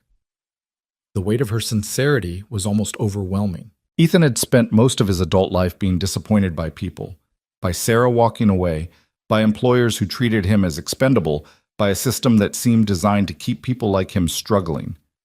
But Isabella Ford, who had every reason to just throw money at the problem and walk away, was instead treating his safety and his son's well-being as a personal responsibility. Thank you, he said quietly, for everything, the job, the protection, the pancakes, all of it. She squeezed his hand once before pulling back. Thank you for being the kind of person who runs toward danger instead of away from it. The world needs more people like you. She stood, smoothing her sweater. I need to get to the office, but I'll be back this evening. Marcus is coordinating a full security briefing at 2 o'clock, and I want to be here for it. In the meantime, try to relax. Explore the grounds with Liam. There's a pond out back with ducks, and the gardens are beautiful this time of year. Let him be a kid for a while. After she left, Ethan sat alone in the kitchen for a long moment, trying to reconcile his old life with his new reality. 2 weeks ago, his biggest worry had been making rent. Now he was living in a guest house on a private estate, working a 6-figure job, and hiding from hired criminals who wanted him dead. Dad? Liam appeared at the bottom of the stairs, now dressed in jeans and his favorite superhero t-shirt. Can we go see the ducks Ms. Ford told me about? Ethan looked at his son, 7 years old and still innocent enough to be excited about ducks despite everything happening around them. That innocence was worth protecting, worth fighting for. Yeah, buddy, let's go see the ducks. The grounds were even more impressive in daylight. Manicured lawns stretched in every direction, interrupted by flower gardens and stone pathways and clusters of trees that provided shade and privacy. The pond Isabella had mentioned sat at the far end of the property, surrounded by cattails, and visited by a family of mallards who quacked indignantly when Ethan and Liam approached. They spent an hour there, Liam throwing bits of bread to the ducks, while Ethan sat on a bench and watched. Security was subtle but present. Ethan spotted at least 2 guards patrolling in the distance. Their presence meant a comfort rather than alarm. The morning air was crisp and clean, so different from the city smog he'd grown accustomed to. His phone buzzed with messages from the office. Patricia checking in to make sure he was okay. Jennifer Martinez from Community Relations sending him notes on an upcoming site visit that would now have to be handled by video conference. Richard Chen forwarding budget reports that needed his review. Life continued, even in exile. Around noon, a car arrived at the main gate, Mrs. Chen escorted by one of Marcus's team. She came bearing Tupperware containers filled with Liam's favorite foods and enough worry to fuel a small army. Look at this place, she said, standing in the guest house living room and turning in a slow circle. It's like a palace. But I don't care how fancy it is. Are you both eating properly? Sleeping? That boy looks too thin. Mrs. Chen, we've been here less than 24 hours. 24 hours is enough time to forget to eat. Sit down, both of you. I brought lunch. They ate her homemade dumplings and listened to her news from the building, who was complaining about which neighbor had gotten a new dog, the latest gossip from the lobby. It was mundane and ordinary and exactly what Ethan needed. A reminder that the normal world still existed, still turned, still had space for him when this nightmare ended. After lunch, while Liam helped Mrs. Chen wash dishes, Ethan stepped outside to take a call from Detective Martinez. Mr. Cole, I wanted to update you on the investigation. We've identified one of the men from the night of the attempted kidnapping. His name is Viktor Sokolov, former military, currently wanted in connection with several other crimes. We're working with federal authorities to track him down. And the threat I received? We're analyzing it. The phone was a burner, but we're looking at cell tower data to see if we can narrow down where it was purchased and activated. These things take time, but we're making progress. Do you think my son is really in danger, or was it just meant to scare me? There was a pause. I think you should take it seriously, which you are. Ms. Ford's security arrangements are more than adequate. Stay where you are, follow the protocols, and let us do our job. We will find these people, Mr. Cole. I promise you that. After the call ended, Ethan stood in the garden, staring at nothing, feeling the weight of it all pressing down on his shoulders. He'd wanted a better life for Liam. He'd wanted security and stability, and the kind of future where his son didn't have to worry about whether they could afford groceries. He'd gotten all of that, but the cost had been higher than he'd ever imagined. The security briefing at 2 o'clock was thorough and sobering. Marcus gathered Ethan, Isabella, and 2 other members of his team in the main house's library, a room with floor-to-ceiling bookshelves and leather furniture that smelled of old paper and wood polish. We've identified 3 individuals connected to the attempted kidnapping, Marcus began, pulling up photos on a tablet. Victor Sokolov, who Detective Martinez mentioned. Chen Wei, a known associate with ties to organized crime, and a 3rd man we're still working to identify. All of them are professionals. This wasn't some opportunistic grab. It was planned, coordinated, and funded by someone with significant resources. Who? Isabella asked. Who wanted me badly enough to hire professionals? We have 3 working theories. First, Gregory Hartman, the CEO of Titan Industries. You beat him out for the Riverside development contract 6 months ago, and he's made threats before. Gregory is all bluster, Isabella said dismissively. He wouldn't actually kidnap someone. Maybe not personally, but he has connections to people who would. Theory 2. The Kozlov Organization. They've been trying to expand their operations into legitimate business, and you've actively blocked several of their shell companies from securing contracts and partnerships. Isabella's face went pale. The Russian mob? You think the Russian mob tried to kidnap me? It's a possibility we can't ignore. And third, David Chen, your former business partner. He's been bitter since you bought out his shares 5 years ago, and he's in serious financial trouble.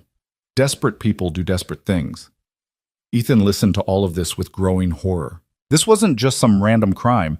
It was tangled up in corporate warfare, organized crime, and personal vendettas, and he'd stepped right into the middle of it.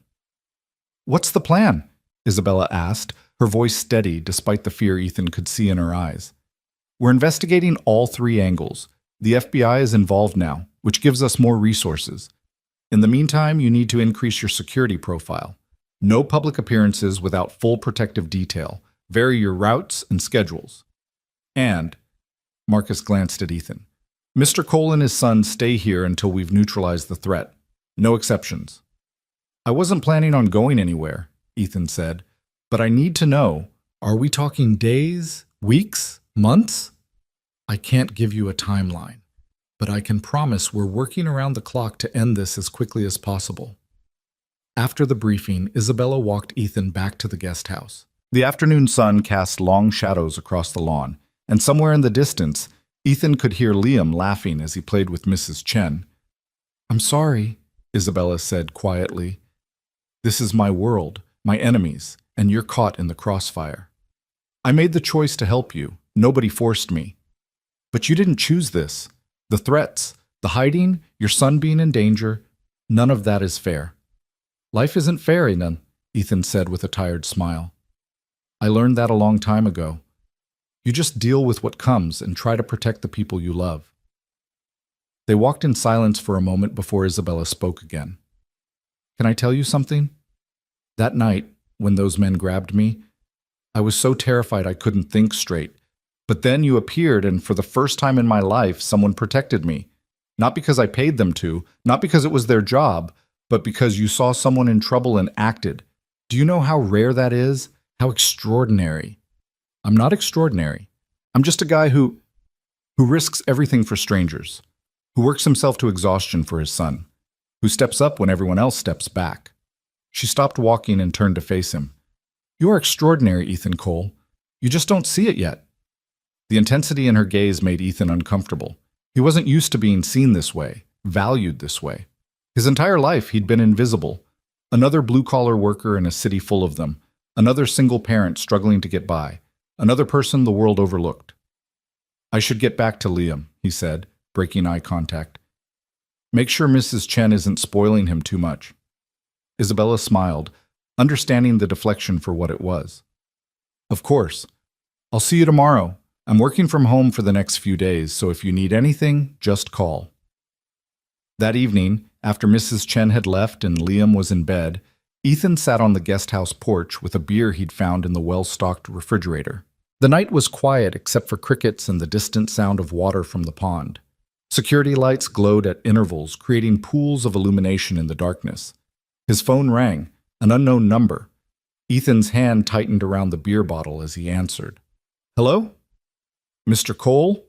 The voice was male, accented, Russian maybe, and cold as winter ice. "You should have stayed out of this. Now your son pays the price." Ethan's blood turned to ice. "If you touch my son, you'll what? You're nothing, a nobody who got lucky once, but luck runs out." There was a pause, then, "The woman isn't worth dying for. Walk away. Forget what you saw. Or we'll make sure you have nothing left to protect." The line went dead. Ethan sat frozen for a moment, then jumped up and sprinted inside, taking the stairs 2 at a time to Liam's room. His son was right where he'd left him, fast asleep, safe, undisturbed. Ethan stood in the doorway, his heart hammering, watching Liam's chest rise and fall with each peaceful breath. Then he pulled out his phone and called Marcus. "They called me. Directly. On my personal phone." Marcus was at the guest house in under 3 minutes, moving with the efficiency of a man who'd prepared for this contingency. He had Ethan's phone in an evidence bag within seconds, already calling his technical team to trace the call. "How did they get your number?" Marcus asked. "I don't know. I'm careful. I don't give it out to people I don't know." "Someone gave it to them, or they hacked your phone. Either way, this escalates things." Marcus was already texting rapidly on his own phone. "We're moving you to a safe house. Tonight, different location, higher security, completely off-grid. But Liam will be safer there than here. If they found your phone number, they might know where you are. We can't take chances." Within an hour, they were on the move again. Ethan woke Liam as gently as he could, carrying his sleepy son to another black SUV, this one with even more security features.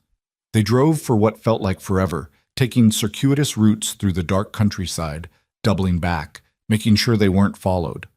The new safe house was smaller, more austere, a reinforced structure that looked like a regular home from the outside, but had security measures that belonged in a military facility. Bulletproof windows, reinforced doors, a panic room, cameras covering every angle.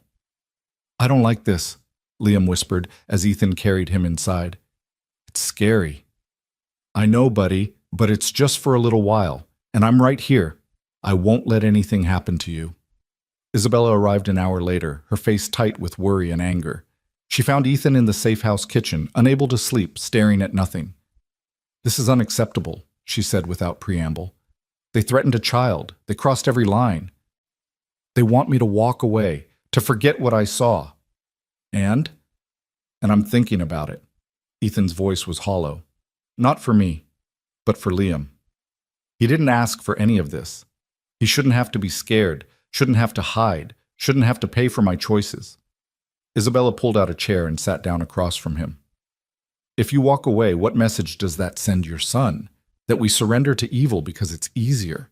That we let bad people win because standing up is too hard? He's 7 years old. He shouldn't have to learn those lessons yet." "No, he shouldn't. But he's learning them anyway because the world isn't fair and bad people exist. The question is, what does he learn from watching you?" Isabella leaned forward, her voice intense. "Does he learn that his father gives up when things get hard?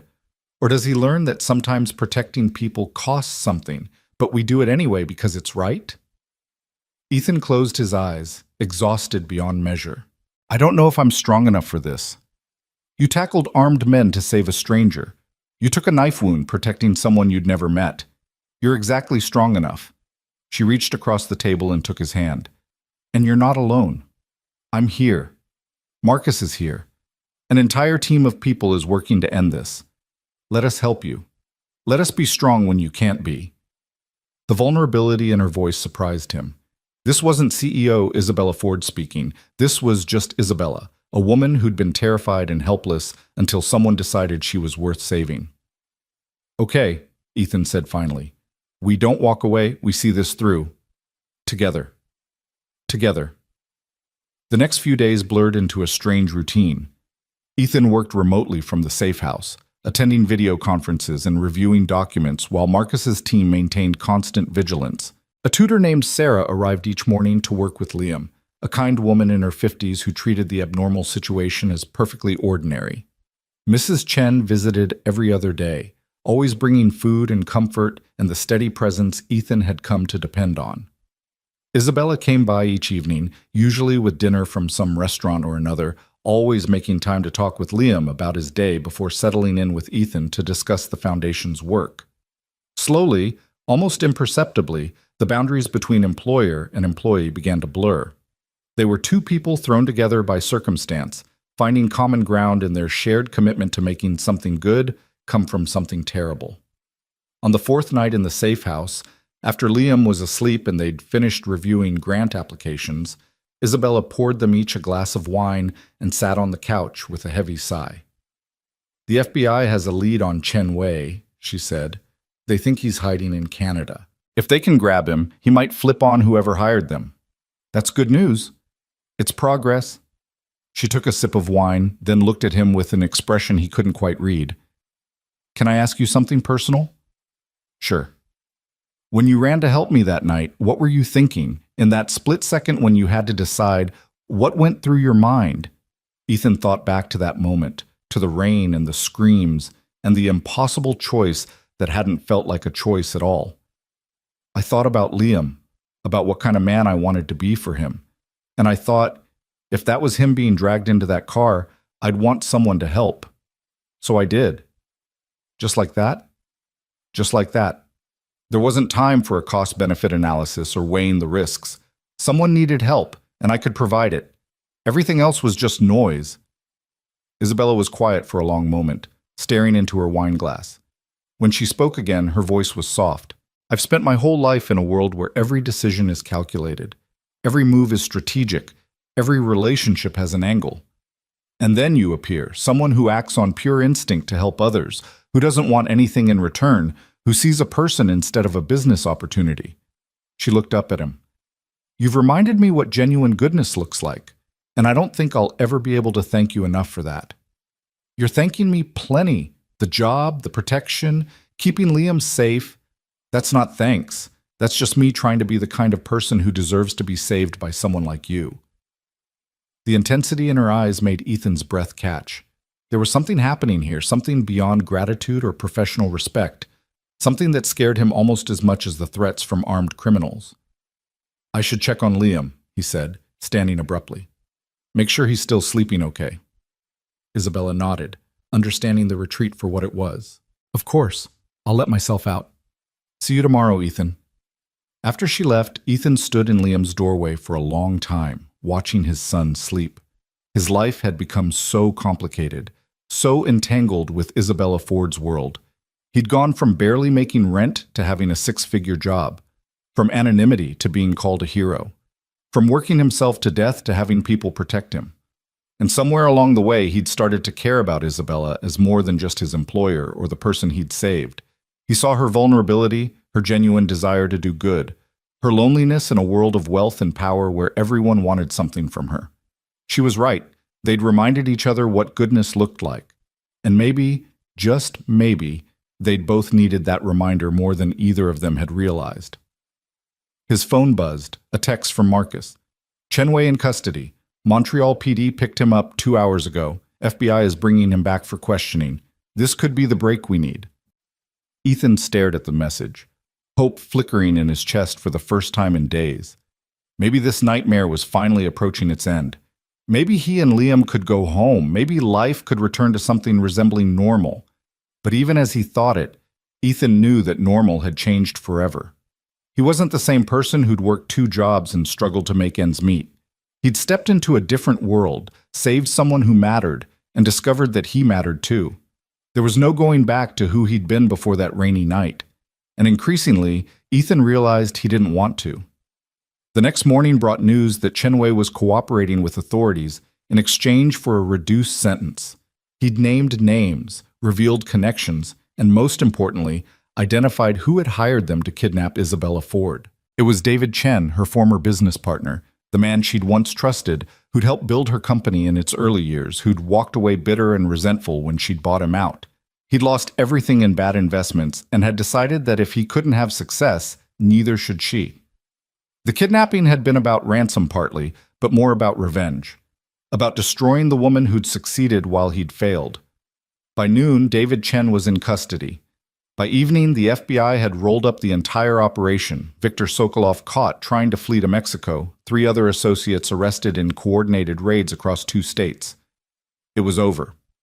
Marcus delivered the news personally, standing in the safe house living room with something approaching a smile on his usually stern face.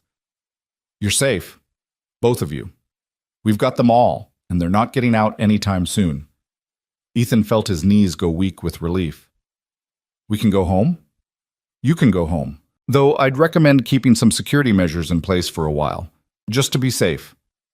Liam, who'd been doing homework at the kitchen table, looked up with wide eyes. "We can go back to our apartment and my school and see Mrs. Chen whenever we want?" "Yeah, buddy, we can go home." His son's whoop of joy was the most beautiful sound Ethan had ever heard. Isabella arrived an hour later, and when she walked through the door, Ethan saw tears on her face, the first time he'd seen her cry. She pulled him into a hug that surprised them both, holding on tightly for a long moment. "It's over," she whispered. "Thank God it's over." "We're okay," Ethan said, his arms around her, feeling her shake with relief. "Everyone's okay." When they finally pulled apart, she wiped at her eyes, laughing a little at herself. "I'm sorry, I don't usually... It's been a very emotional few weeks. You don't have to apologize for being human." She smiled at that, and something passed between them, an understanding that they'd been through something extraordinary together, something that had changed them both in ways they were only beginning to understand. That evening, they had dinner together at the safe house one last time. Ethan, Liam, Isabella, and Mrs. Chen, who'd come bearing enough food to feed an army. It felt like a celebration and a farewell and the beginning of something new all at once. Liam chattered excitedly about going back to school and seeing his friends and sleeping in his own bed again. Mrs. Chen fussed over everyone, making sure plates were full and glasses were filled. Isabella sat back and watched it all with a soft smile, looking more relaxed than Ethan had ever seen her. "Thank you," she said quietly, leaning close to Ethan while Liam was distracted telling Mrs. Chen about the ducks he'd fed. "For everything. For saving my life. For not walking away when things got dangerous. For reminding me what matters. Thank you for giving us a better life. For seeing something in me I didn't see in myself. I saw what was there all along, Ethan. You just needed someone to point it out." Later, after everyone had gone home and Liam was asleep, Ethan packed their belongings for the return to their apartment. Tomorrow they'd go back to the city, back to their old building, back to a life that would be familiar but forever changed. He'd have his job at the foundation. He'd have financial security. He'd have the knowledge that he'd faced genuine danger and protected his son through it all. But more than that, he'd have proof that doing the right thing, even when it cost you everything, was worth it. That stepping up mattered. That one person could make a difference. His phone buzzed. A text from Isabella. "I know you're going home tomorrow, but I hope you'll still come by the office. The foundation needs you. I need you. You've become more than an employee, Ethan. You've become a friend." He smiled as he typed his response. "I'll be there Monday morning, ready to work. And thank you for being the kind of person worth saving." Her reply came quickly. "We saved each other. That's what friends do." Ethan set the phone down and looked around the safe house that had been their refuge. Tomorrow they'd leave this place behind. But the lessons learned here, the connections forged, the ways they'd all grown, those would stay with them forever. He'd run toward danger to save a stranger, and in doing so, he'd saved himself. Sometimes courage costs everything, but sometimes it gives back even more. 3 months had passed since that night in the rain, and the city had returned to its normal rhythm of traffic and commerce and lives intersecting in countless invisible ways. Winter had settled in with its cold clarity, frost-coating windows in the early mornings, and breath-forming clouds in the air. Ethan stood at his office window on the 37th floor, watching the sun rise over buildings he'd once only seen from street level, and marveled at how much had changed. The foundation was thriving. In just 3 months, They'd funded 18 community safety programs across the city, trained over 200 neighborhood watch volunteers, and partnered with 6 police precincts to improve community relations. The work was exhausting and challenging and more fulfilling than anything Ethan had ever done. Every day brought new problems to solve, new people to help, new ways to make a tangible difference in the lives of others. He'd learned to navigate the corporate world with Patricia's patient guidance, mastered budget spreadsheets and grant proposals, grown comfortable speaking at community forums and board meetings. The imposter syndrome still crept in sometimes, usually late at night when he was alone with his thoughts. But it was quieter now, easier to silence with evidence of the good work they were accomplishing. Liam had returned to his regular school, though now he was picked up each afternoon by a driver in the company sedan, a compromise between security and normalcy that Ethan had finally accepted. His son had adjusted remarkably well to everything, with the resilience children possessed when they felt loved and safe. The nightmares had faded. The fear had diminished. Life had found its new equilibrium. "Morning," Isabella's voice came from behind him, and Ethan turned to find her standing in his doorway with 2 cups of coffee. She'd taken to stopping by his office first thing in the morning, a ritual that had become as natural as breathing. "Thought you could use this. You're a lifesaver." He accepted the cup, their fingers brushing briefly in the exchange. Such small moments of contact had become more frequent over the past months. A hand on an arm during conversation, shoulders touching as they reviewed documents together, lingering hugs when one of them had particularly good or bad news to share. Nothing inappropriate, nothing that crossed professional lines, but something that hummed with possibility nonetheless. "Big day today," Isabella said, settling into the chair across from his desk. She'd abandoned her formal business attire in his office, often showing up in more casual clothes that made her seem less like a CEO and more like just Isabella. Today she wore slacks and a soft blue sweater that brought out the warmth in her dark eyes. "The mayor's announcement at noon, and then the gala tonight." "Don't remind me about the gala. I still can't believe you talked me into giving a speech." "The foundation's biggest fundraiser of the year, the man who literally saved my life and inspired the whole initiative? Of course you're giving a speech." She smiled over the rim of her coffee cup. "Besides, you're good at it now. That community forum last week was incredible. You had people crying and laughing and opening their wallets. That's different. Those were neighbors talking to neighbors. Tonight it's going to be your world. People in $1,000 suits who see me as a curiosity, the security guard who got lucky. First of all, you didn't get lucky. You were brave. Second, those people need to hear from someone real, someone who actually understands what we're trying to accomplish." Isabella set down her coffee and leaned forward, her expression serious. "And third, you're not just a security guard anymore, Ethan. You're the director of a foundation that's changing lives. You've earned your place at that podium, whether you believe it or not." Before Ethan could respond, Patricia appeared in the doorway. "Sorry to interrupt, but the mayor's office just called. They want you both there 30 minutes early for a pre-announcement briefing." "Both of us?" Ethan asked. "Both of you," Patricia confirmed. "Apparently the mayor has plans that involve the foundation, and he wants to discuss them before going public." The mayor's office was in City Hall, a historic building downtown that Ethan had passed countless times but never entered. Now he walked through its marble halls beside Isabella, their footsteps echoing off high ceilings, security personnel nodding respectfully as they passed. The mayor's chief of staff met them outside the main office, an efficient woman in her 40s who got straight to business. "The mayor wants to announce a partnership with your foundation," she explained as she led them inside. "A substantial city contract to implement your community safety model across all 5 boroughs. It's a 3-year commitment worth $20 million. Ethan felt his breath catch. $20 million. That kind of money could transform everything, expand their programs, hire more staff, reach communities they'd only dreamed of helping. Mayor Richardson was a tall black man in his 50s with an easy smile and sharp eyes that missed nothing. He stood when they entered, coming around his desk to shake their hands warmly. "Ms. Ford, Mr. Cole, thank you for coming on short notice." "Mr. Mayor," Isabella said smoothly, "we're intrigued by what we're hearing about this partnership. It's simple, really. What you've accomplished in 3 months is remarkable. Crime is down in every neighborhood where you've implemented programs. Community trust in law enforcement is up. People feel safer, more empowered to protect their own communities. That's exactly what this city needs. He gestured for them to sit, then continued. But here's the thing. I need both of you standing beside me when I make this announcement.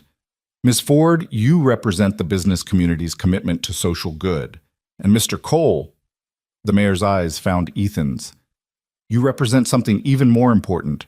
You're proof that ordinary people can do extraordinary things, that courage and character matter more than credentials or wealth. That's a message this city desperately needs to hear. I'm not sure I'm the right person to, Ethan started. You're exactly the right person, the mayor interrupted gently. I've read about what you did that night. I've watched interviews with people whose communities have been transformed by your programs. I've seen the grant applications you've approved, how you prioritize need over politics, substance over flash. You're the real deal, Mr. Cole. And I want the city to see that.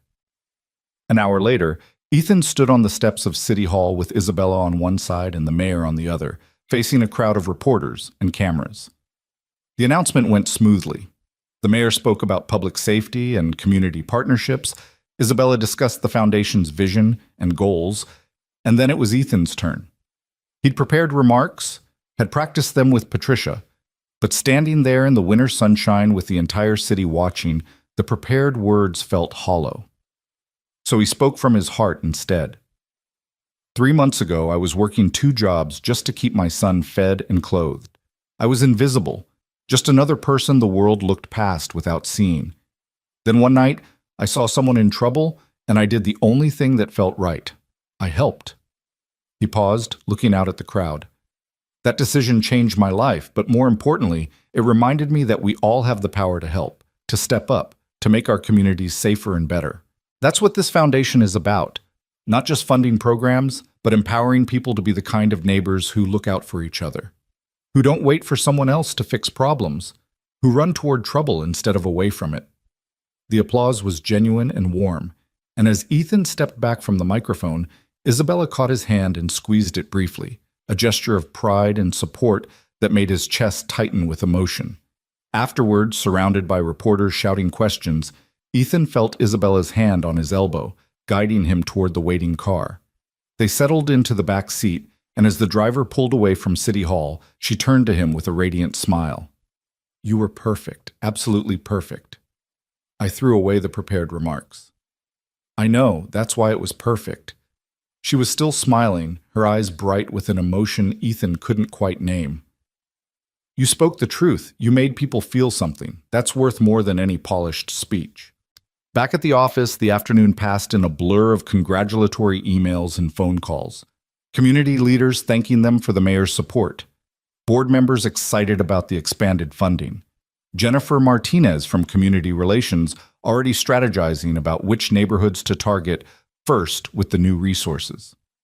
At 5 o'clock, Patricia appeared at Ethan's door with a garment bag. Your tuxedo for tonight. The car will pick you and Liam up at 7. Liam? Ethan looked up from his computer.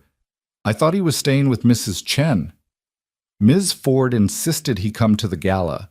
She said, and I quote, Liam should see his father being celebrated for the hero he is.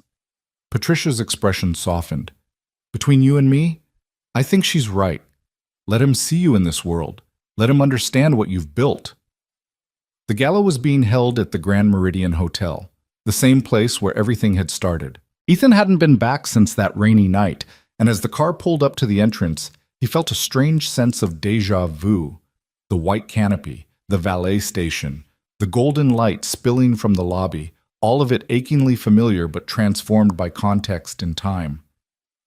Dad, this place is fancy, Liam breathed, his eyes wide as he took in the opulence. He wore a little suit that Isabella had sent over, looking impossibly grown up and still heartbreakingly young. Are we really going inside? We are, buddy, and you're going to be on your best behavior, right? Right. No running, no yelling, use my inside voice and my best manners. Liam recited the rules they'd practiced, then looked up at Ethan with worried eyes. What if I mess up? What if I embarrass you? Ethan crouched down to his son's level, adjusting Liam's little bow tie. You could never embarrass me, Liam. You're the reason I do any of this. Every single good thing in my life exists because I'm your dad, and I want to make you proud. So just be yourself, have fun, and remember that I love you no matter what. Even if I spill something on my fancy suit? Even then.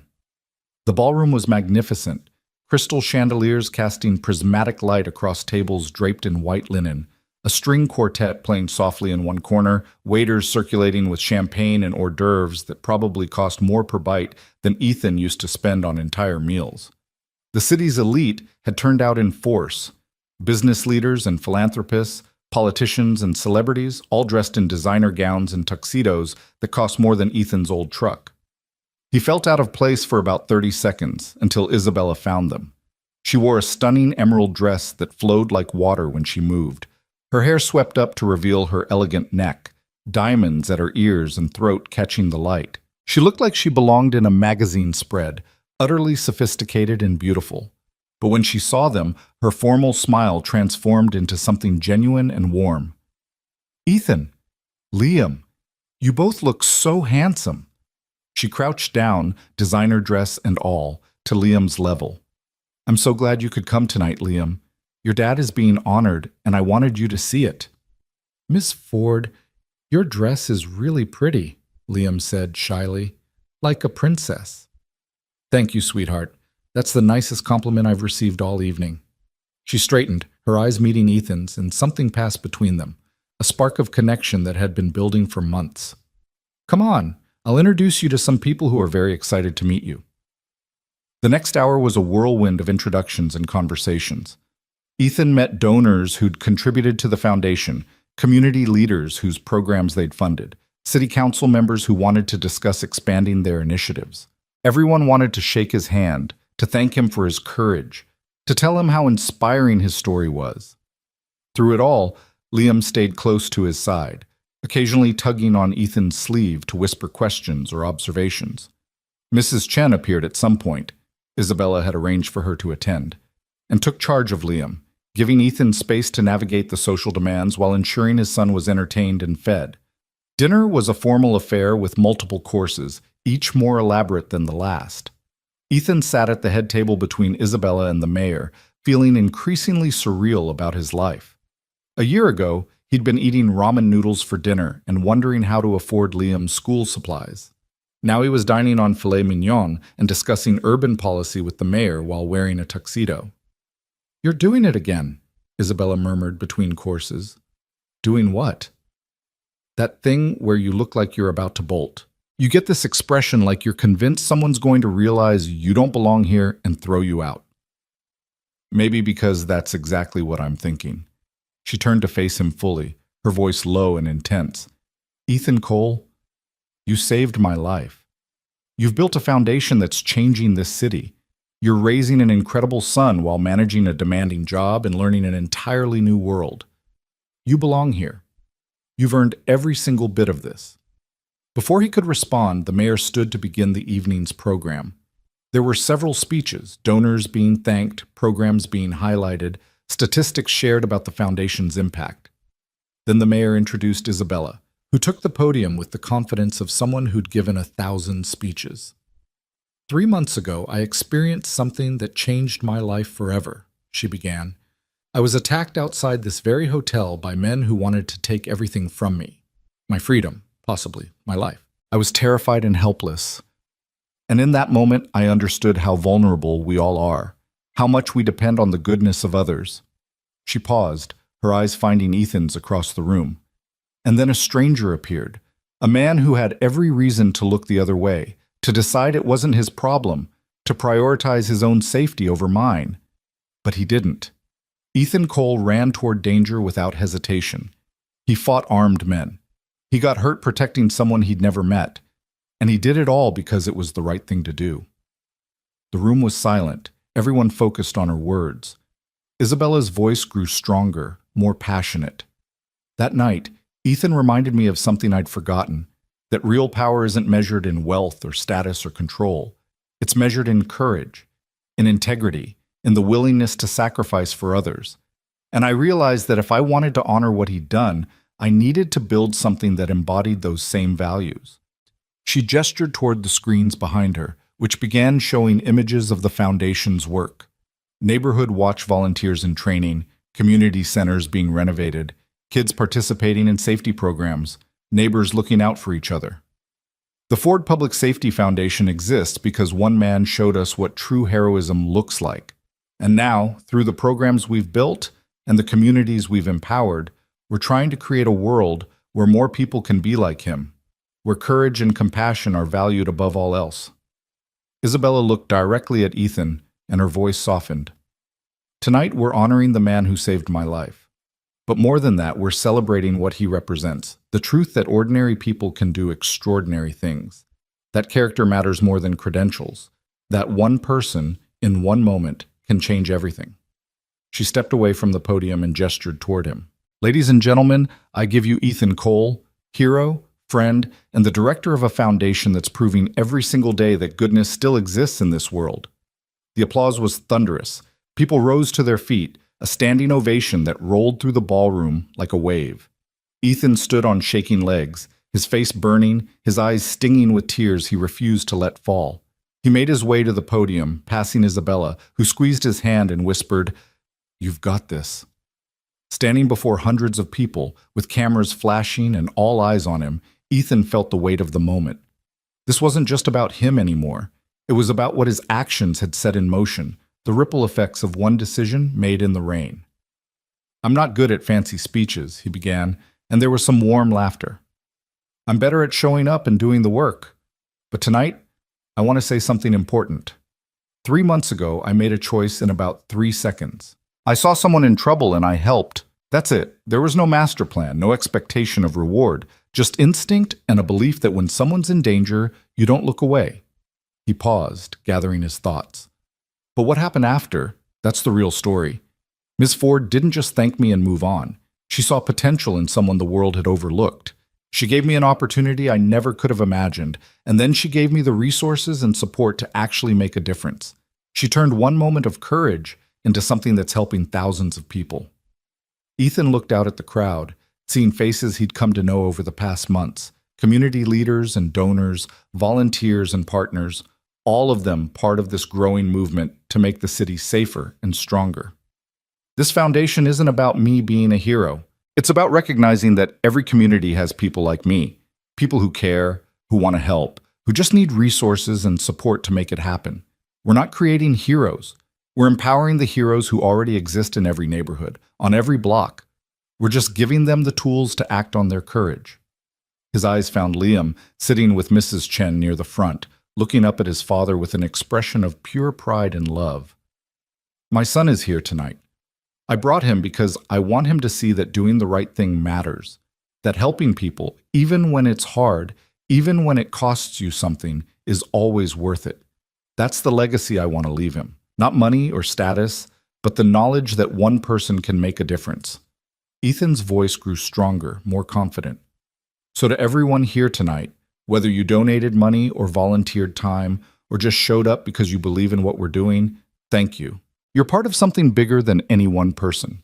You're part of a movement to reclaim our communities, to prove that goodness and courage still matter. And together, we're going to keep building on that. One neighborhood at a time, one life at a time, one moment of courage at a time." The applause this time was even louder, and Ethan stepped back from the podium feeling lighter somehow. Like he'd finally accepted the weight of what he'd become, what he represented. He wasn't just Ethan Cole, the security guard, anymore. He was Ethan Cole who'd made a difference, who'd transformed one act of courage into a legacy of change. As he returned to his seat, Isabella stood and pulled him into a hug that lasted a beat longer than professional, her arms tight around him. "Thank you," she whispered against his ear, "for everything, for saving me, for building this with me, for being exactly who you are." When they pulled apart, there were tears on her face, reflecting the chandelier light like diamonds. Ethan reached up without thinking and gently wiped them away with his thumb. "We saved each other," he said softly. "That's what friends do." Something shifted in her expression, a decision being made in real time. Is that what we are? Just friends? The question hung between them, loaded with months of growing connection, of boundaries carefully maintained, of feelings neither had been quite brave enough to acknowledge. Around them, the gala continued, music and conversation and celebration, but in that moment, it was just the two of them. "I don't know," Ethan admitted. "I've been trying to figure that out for weeks. You're my employer. You're someone I respect enormously. You're from a completely different world than me, and yet I think about you constantly. I look forward to our morning coffee conversations more than anything else in my day. I care about your opinions and your feelings and your happiness in ways that go beyond professional respect." He took a breath. "But I also have Liam to think about, and a job that matters too much to risk, and the very real concern that I'm misreading everything and about to make a complete fool of myself." Isabella's smile was tremulous, but genuine. "You're not misreading anything. I've been feeling the same way. Fighting it because it seemed impossible, inappropriate, too complicated. You work for me.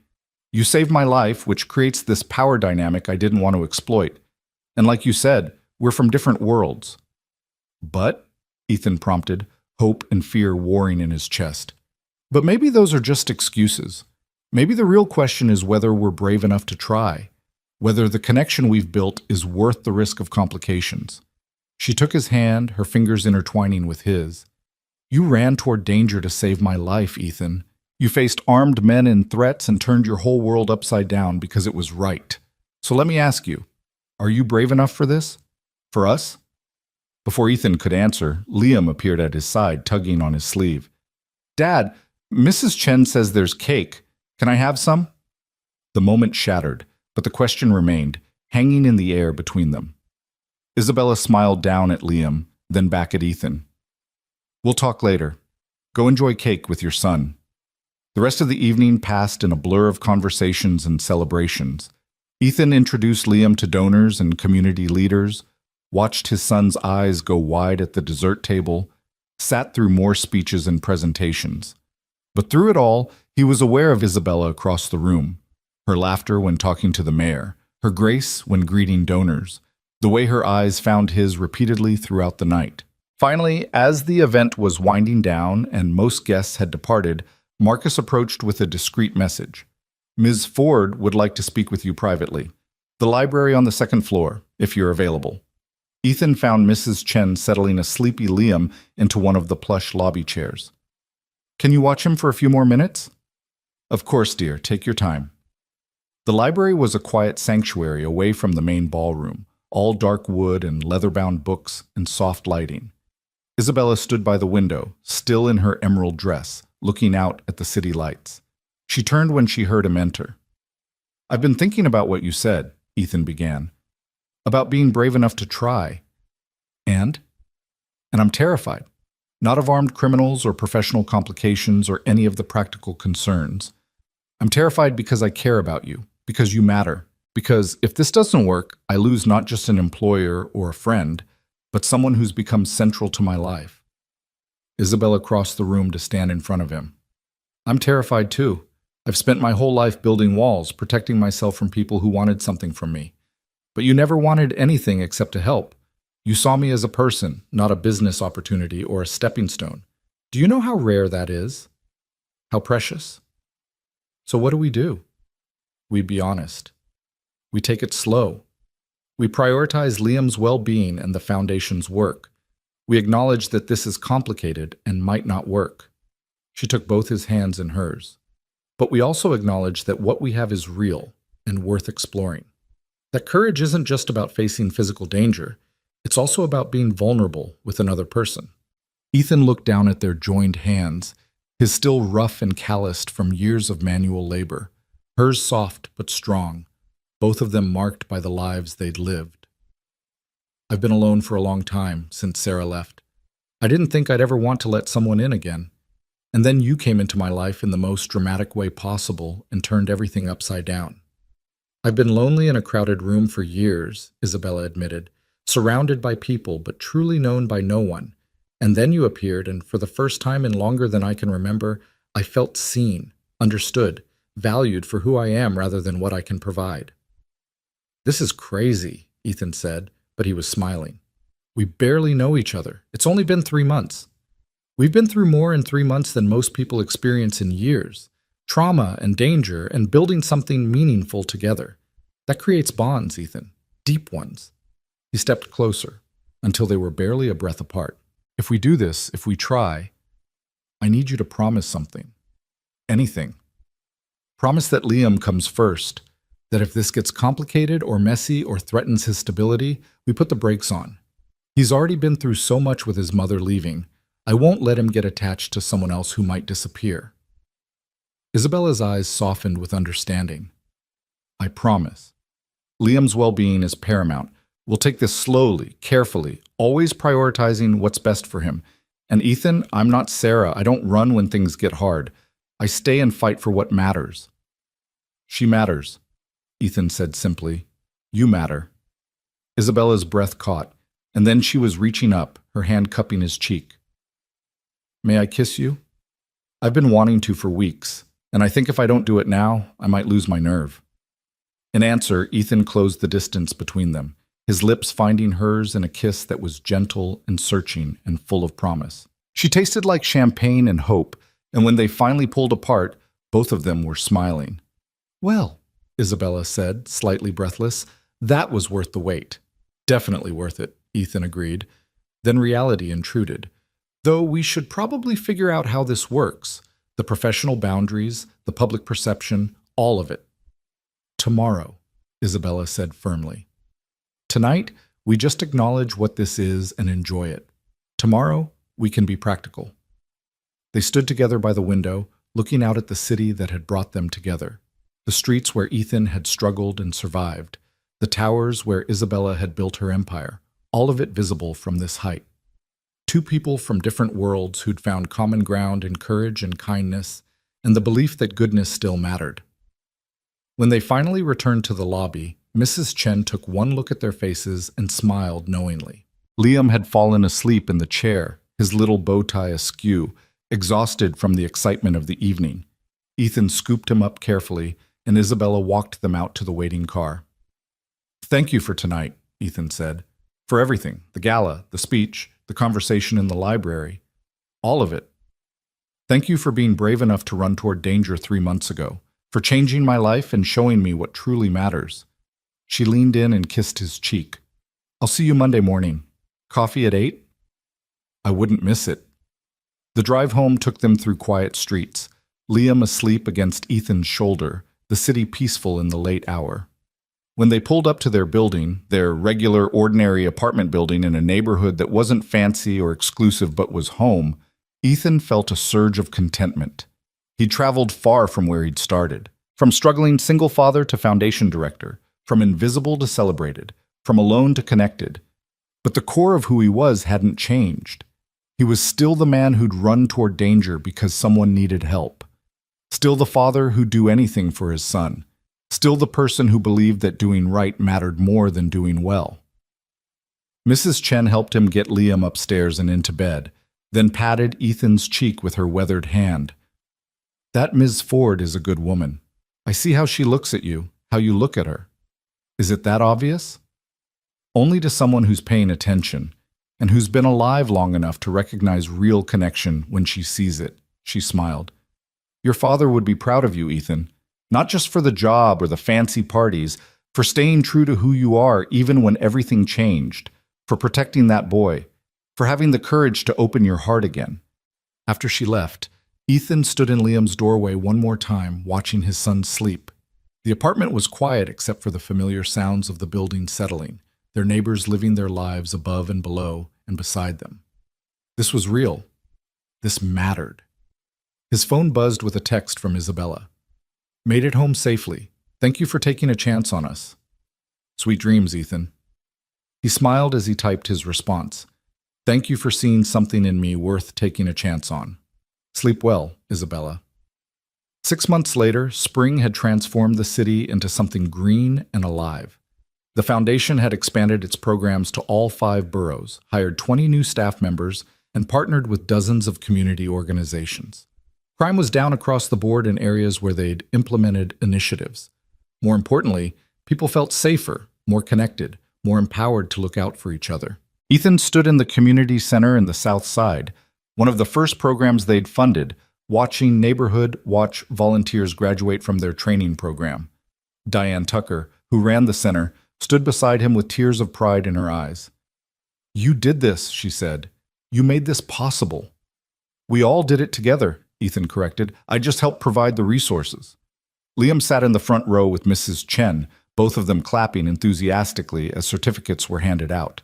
His son had grown comfortable in this world, splitting time between their regular apartment and occasional weekends at Isabella's estate, making friends with the staff at Ford Global Holdings, accompanying Ethan to community events. He was thriving, secure in the knowledge that his father loved him and that their life, while unconventional, was stable and good. After the ceremony, as people mingled and celebrated, Isabella arrived. She'd come straight from a board meeting, still in business attire, but her face lit up when she saw them. Over the past months, they'd navigated their relationship with care, keeping it private at first, then slowly letting people know, always prioritizing professionalism at work and Liam's comfort in their personal lives. It hadn't been without challenges. There were people who gossiped about the CEO dating her employee, others who questioned whether Ethan had earned his position or just charmed his way into it. But the foundation's results spoke for themselves, and gradually even the skeptics had been won over by the genuine good being accomplished. "How was the training graduation?" Isabella asked, slipping her hand into Ethan's. "Perfect. 20 new volunteers ready to make their neighborhood safer. Diane's over the moon." "As she should be. This is exactly what we envisioned." Isabella looked around the community center, at the people talking and laughing, at the posters showing safety tips and neighborhood resources, at the visible evidence of community members taking ownership of their own security. "Your father would be proud, of everything you've built." It was something she said occasionally, having learned through their many long conversations about the man who'd shaped Ethan's values and died too young. Each time, it hit him right in the chest. "I hope so," Ethan said quietly. "I think about him a lot, about what he taught me, how he'd react to all this. He'd see what I see. A man who stayed true to his principles even when the world changed around him, who used his success to help others instead of just enriching himself, who raised an incredible son while building something meaningful." She squeezed his hand. "That's a legacy anyone would be proud of." That evening, after Liam was asleep and Mrs. Chen had gone home, Ethan and Isabella sat on his apartment balcony, a tiny space barely big enough for 2 chairs, overlooking an alley and the backs of other buildings. It wasn't fancy or prestigious, but it was real. It was home. "I've been thinking about something," Isabella said, her hand in his. "The foundation is stable now, funded for years, making real impact. You've proven yourself 100 times over." "Why does this sound like a but is coming?" She laughed. "No but. Just an observation that you could go anywhere now, do anything. Your resume is incredible. Your reputation is solid. You're not tied to Ford Global Holdings or to me professionally anymore." Ethan turned to look at her, seeing the vulnerability beneath the casual words. "Are you trying to tell me something?" "I'm trying to say that you're free, to make whatever choices you want. If you want to start your own organization, or take a position elsewhere, or do something completely different, I won't hold you back. Professionally or personally, you've given me so much, Ethan. I don't want to be the thing that limits you." He was quiet for a moment, looking out at the city lights. "Do you remember what you asked me that night at the gala? Whether I was brave enough for us?" "I remember. I've been thinking about that, about courage and what it means. I used to think it was just about running toward danger, about physical bravery. But I've learned it's more than that." He turned to face her fully. "It's about being vulnerable, about building something meaningful even when it's scary, about opening your heart when you've been hurt before, about choosing love and connection over safety and isolation." "Ethan." "I'm not going anywhere, Isabella, not professionally, not personally, because what we've built, both the foundation and us, is exactly where I want to be. You didn't limit me. You set me free. Free to become the person I was meant to be, to do work that matters, to love someone who sees me for exactly who I am." Isabella's eyes were bright with tears. "You're sure? Even with all the complications and the gossip and the way people will always see us through the lens of how we met? I've never been more sure of anything. Well, except maybe the decision to run toward danger that rainy night. He smiled. Best decision I ever made, by the way. Even with everything it cost, everything it changed, I'd do it again in a heartbeat. So would I, Isabella said. All of it. The fear, the danger, the complicated aftermath. Because it brought you into my life. It gave me purpose again. It reminded me what really matters. They sat together in the small balcony, two people who'd found each other in the most unexpected way, watching the city breathe and move and live. The same city where Ethan had once struggled to survive, where Isabella had built her empire, where both of them had been lost in their own ways until one moment of courage had changed everything. Ms. Ford, Liam's sleepy voice came from the doorway. I had a bad dream. Isabella immediately stood, holding out her hand. Come here, sweetheart. Let's get you back to bed. Ethan watched as she led his son back inside, murmuring comforting words, her expensive clothes and CEO status forgotten in the simple act of caring for a scared child. This was who she really was beneath the polish and power, someone with a huge heart who'd been waiting for people she could love without calculation or agenda. Later, after Liam had been settled and was breathing deeply in sleep once more, Isabella returned to the balcony. He asked if I was going to leave like his mom did. Ethan's chest tightened. What did you tell him? I told him I love him and I love you, and I'm not going anywhere unless you both want me to. That when I commit to people, I stay. That he's stuck with me if he'll have me. And what did he say? Isabella smiled, and it was radiant with joy and love. He said, good, because you make my dad happy, and you're nice, and you let me feed the ducks. So apparently I've been accepted into the family on the strength of duck-feeding privileges. Ethan laughed, pulling her into his arms. That sounds about right. Liam has his priorities.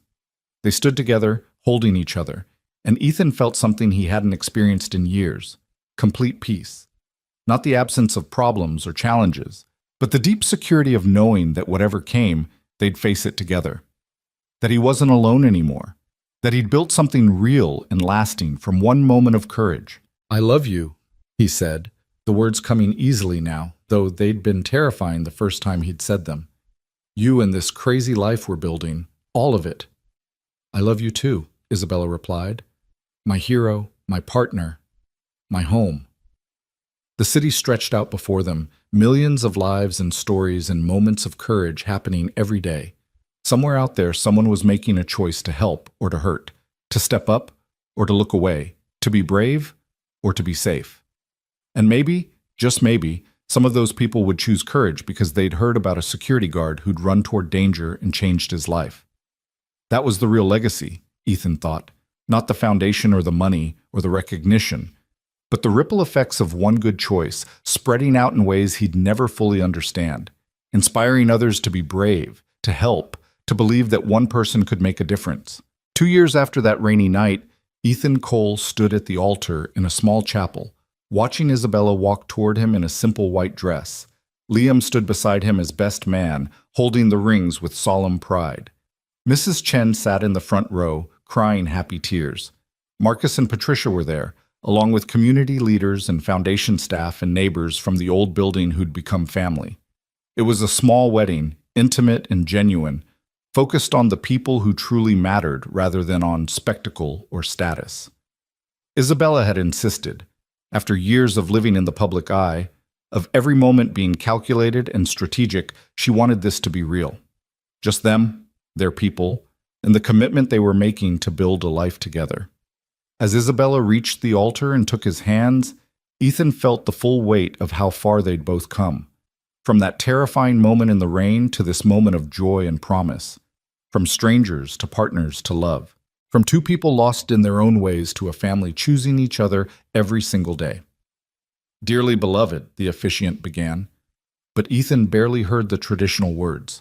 He was too focused on Isabella's face, on the love and trust and hope he saw there, on the knowledge that he'd been brave enough to run toward danger, and in doing so had run straight toward the best thing that ever happened to him. When it came time for vows, Ethan spoke from his heart. 3 years ago, I made a choice in 3 seconds that changed my life. But the better choice, the one that took real courage, was saying yes when you offered me a chance at something more. Was opening my heart when I'd convinced myself it was safer to stay closed. Was believing that I deserved this happiness, this love, this life. You saved me just as much as I saved you, Isabella. You gave me purpose and partnership and a love I never thought I'd find, and I promise to spend the rest of my life being worthy of that gift, to protect you, to support you, to love you and Liam and whatever family we build together, to run toward you, always, even when it's scary, especially when it's scary. Isabella's vows were equally heartfelt. Ethan, you taught me what true courage looks like. Not the calculated risks I take in business, but the genuine bravery of being vulnerable, of helping without expectation of reward, of loving with your whole heart. You saw me, not my money or my status or what I could do for you, but me. And you chose to protect that person even when it cost you everything. I promise to honor that gift, to see you always, to choose you every day, to be the partner you deserve and the mother figure Liam needs, to build a life where love and courage and goodness are the foundation of everything we do. When they kissed, Liam cheered loudly, making everyone laugh. And when they walked back down the aisle as husband and wife, Ethan caught Mrs. Chen's eye and saw approval and joy there, the blessing of the woman who'd been his lifeline through the hardest years. The reception was held in the community center where Ethan had first seen the fruits of their foundation's work. It felt appropriate, celebrating their marriage in a place that represented everything they'd built together, surrounded by people whose lives had been touched by the ripple effects of one act of courage. As they danced their first dance, Isabella whispered, "Happy?" "Happier than I ever thought possible," Ethan replied honestly. "You?" "So happy I can barely believe it's real, that you're real, that this beautiful life is ours." Liam cut in halfway through the dance, insisting on dancing with both of them, and they ended up swaying together as a family unit while guests looked on with warm smiles. This was their life now, imperfect and blended and full of love. A single father and a CEO and a little boy who'd brought them together in ways neither adult fully understood, but both deeply appreciated. Later, as the reception wound down and guests began to leave, Ethan stood with Isabella and Liam looking out at the community they'd helped transform. The neighborhood was safer now, more connected, full of people who'd learned to protect each other. It was tangible proof that courage mattered, that one person could spark change, that goodness could spread. "Dad?" Liam tugged on his sleeve. "When I grow up, I want to be like you." Ethan crouched down to his son's level, his heart full to bursting. "What do you mean, buddy?" "I want to help people, to be brave, to make things better." Liam's face was serious, earnest in that way only children could be. "You're a real hero, Dad. Not like in movies, but better. Because you're real." Ethan pulled his son into a tight hug, feeling Isabella's hand on his shoulder. "You know what makes someone a hero, Liam? Not being the strongest or the fastest or the bravest. It's choosing to help even when it's hard. It's caring about people even when it costs you something. It's showing up every single day and trying to make the world a little bit better. You can do that. Anyone can. That's the secret. We're all capable of being heroes if we just choose to try." "I'm going to try," Liam promised. "Every day." "Then you're already a hero, buddy. You already are." As they drove home that night, to the house they'd bought together in a good neighborhood with good schools, a far cry from the tiny apartment where they'd started, Ethan reflected on the journey that had brought them here. From struggling single father to foundation director to husband and partner in a life full of purpose and love. From invisible to celebrated to something better, valued for who he was rather than what he'd done. The knife scar on his arm had faded but remained visible, a permanent reminder of the cost of courage. Sometimes Ethan traced it absently, remembering that rainy night, the fear and adrenaline and the choice that had changed everything. He'd run toward danger, not knowing what it would cost or what it would bring, and somehow, miraculously, it had brought him everything. Years passed, and the foundation grew. They expanded to other cities, trained thousands of volunteers, helped countless communities become safer and more connected. Liam grew up confident and kind, shaped by parents who showed him that doing good mattered more than doing well. He volunteered at community centers, stood up for classmates who were bullied, eventually went into social work himself, carrying forward the legacy of courage that had defined his childhood. Ethan and Isabella built a life of meaning and purpose, never forgetting where they'd started or how they'd found each other. They remained grounded in their values, even as their influence grew, always prioritizing people over profit, compassion over calculation. On the 10th anniversary of that rainy night, they returned to the Grand Meridian Hotel for a foundation gala. Ethan stood on the exact spot where he'd tackled the kidnapper, where Isabella had collapsed in his arms, where everything had changed. "Do you ever regret it?" Isabella asked, standing beside him in the spot where they'd met. "All the complications it brought? The threats, the danger, the way it turned your life upside down?" Ethan looked at her, his wife, his partner, his best friend, and felt certainty settle in his chest. "Not for a second. That was the moment my real life began. Everything before was just existing, surviving. But from that moment on, I've been truly alive." "Me too," she said softly. "You gave me my life back, Ethan, in every way that matters." They stood together, watching guests arrive for the gala, watching the foundation staff coordinate logistics, watching the tangible proof of what one moment of courage had created. Thousands of lives touched, communities transformed, a legacy of goodness spreading in ways they'd never fully comprehend. Inside the ballroom, a new generation of community leaders would be celebrated tonight. People who'd been inspired by Ethan's story, who'd chosen courage over comfort, who were building on the foundation they'd established. The work would continue long after they were gone, rippling out in infinite directions. That was the real power of courage, Ethan had learned. Not the single act, but the example it set. Not the immediate impact, but the long-term transformation. Not just saving one life, but inspiring countless others to be the kind of people who stepped up when someone needed help. He'd been a single dad who stopped a kidnapping outside a luxury hotel, never knowing she was a CEO. But the truth was so much bigger than that simple story. He'd been a man who chose courage over comfort, who built a life of meaning from one split-second decision, who proved that ordinary people could create extraordinary change. And in doing so, he'd saved more than just Isabella's life that rainy night. He'd saved his own. As they walked into the gala together, hand in hand, Ethan looked back one more time at the spot where it had all begun. The rain was long gone, but the memory remained, vivid and precious and transformative. He'd run toward danger in a moment of pure instinct and found his way home.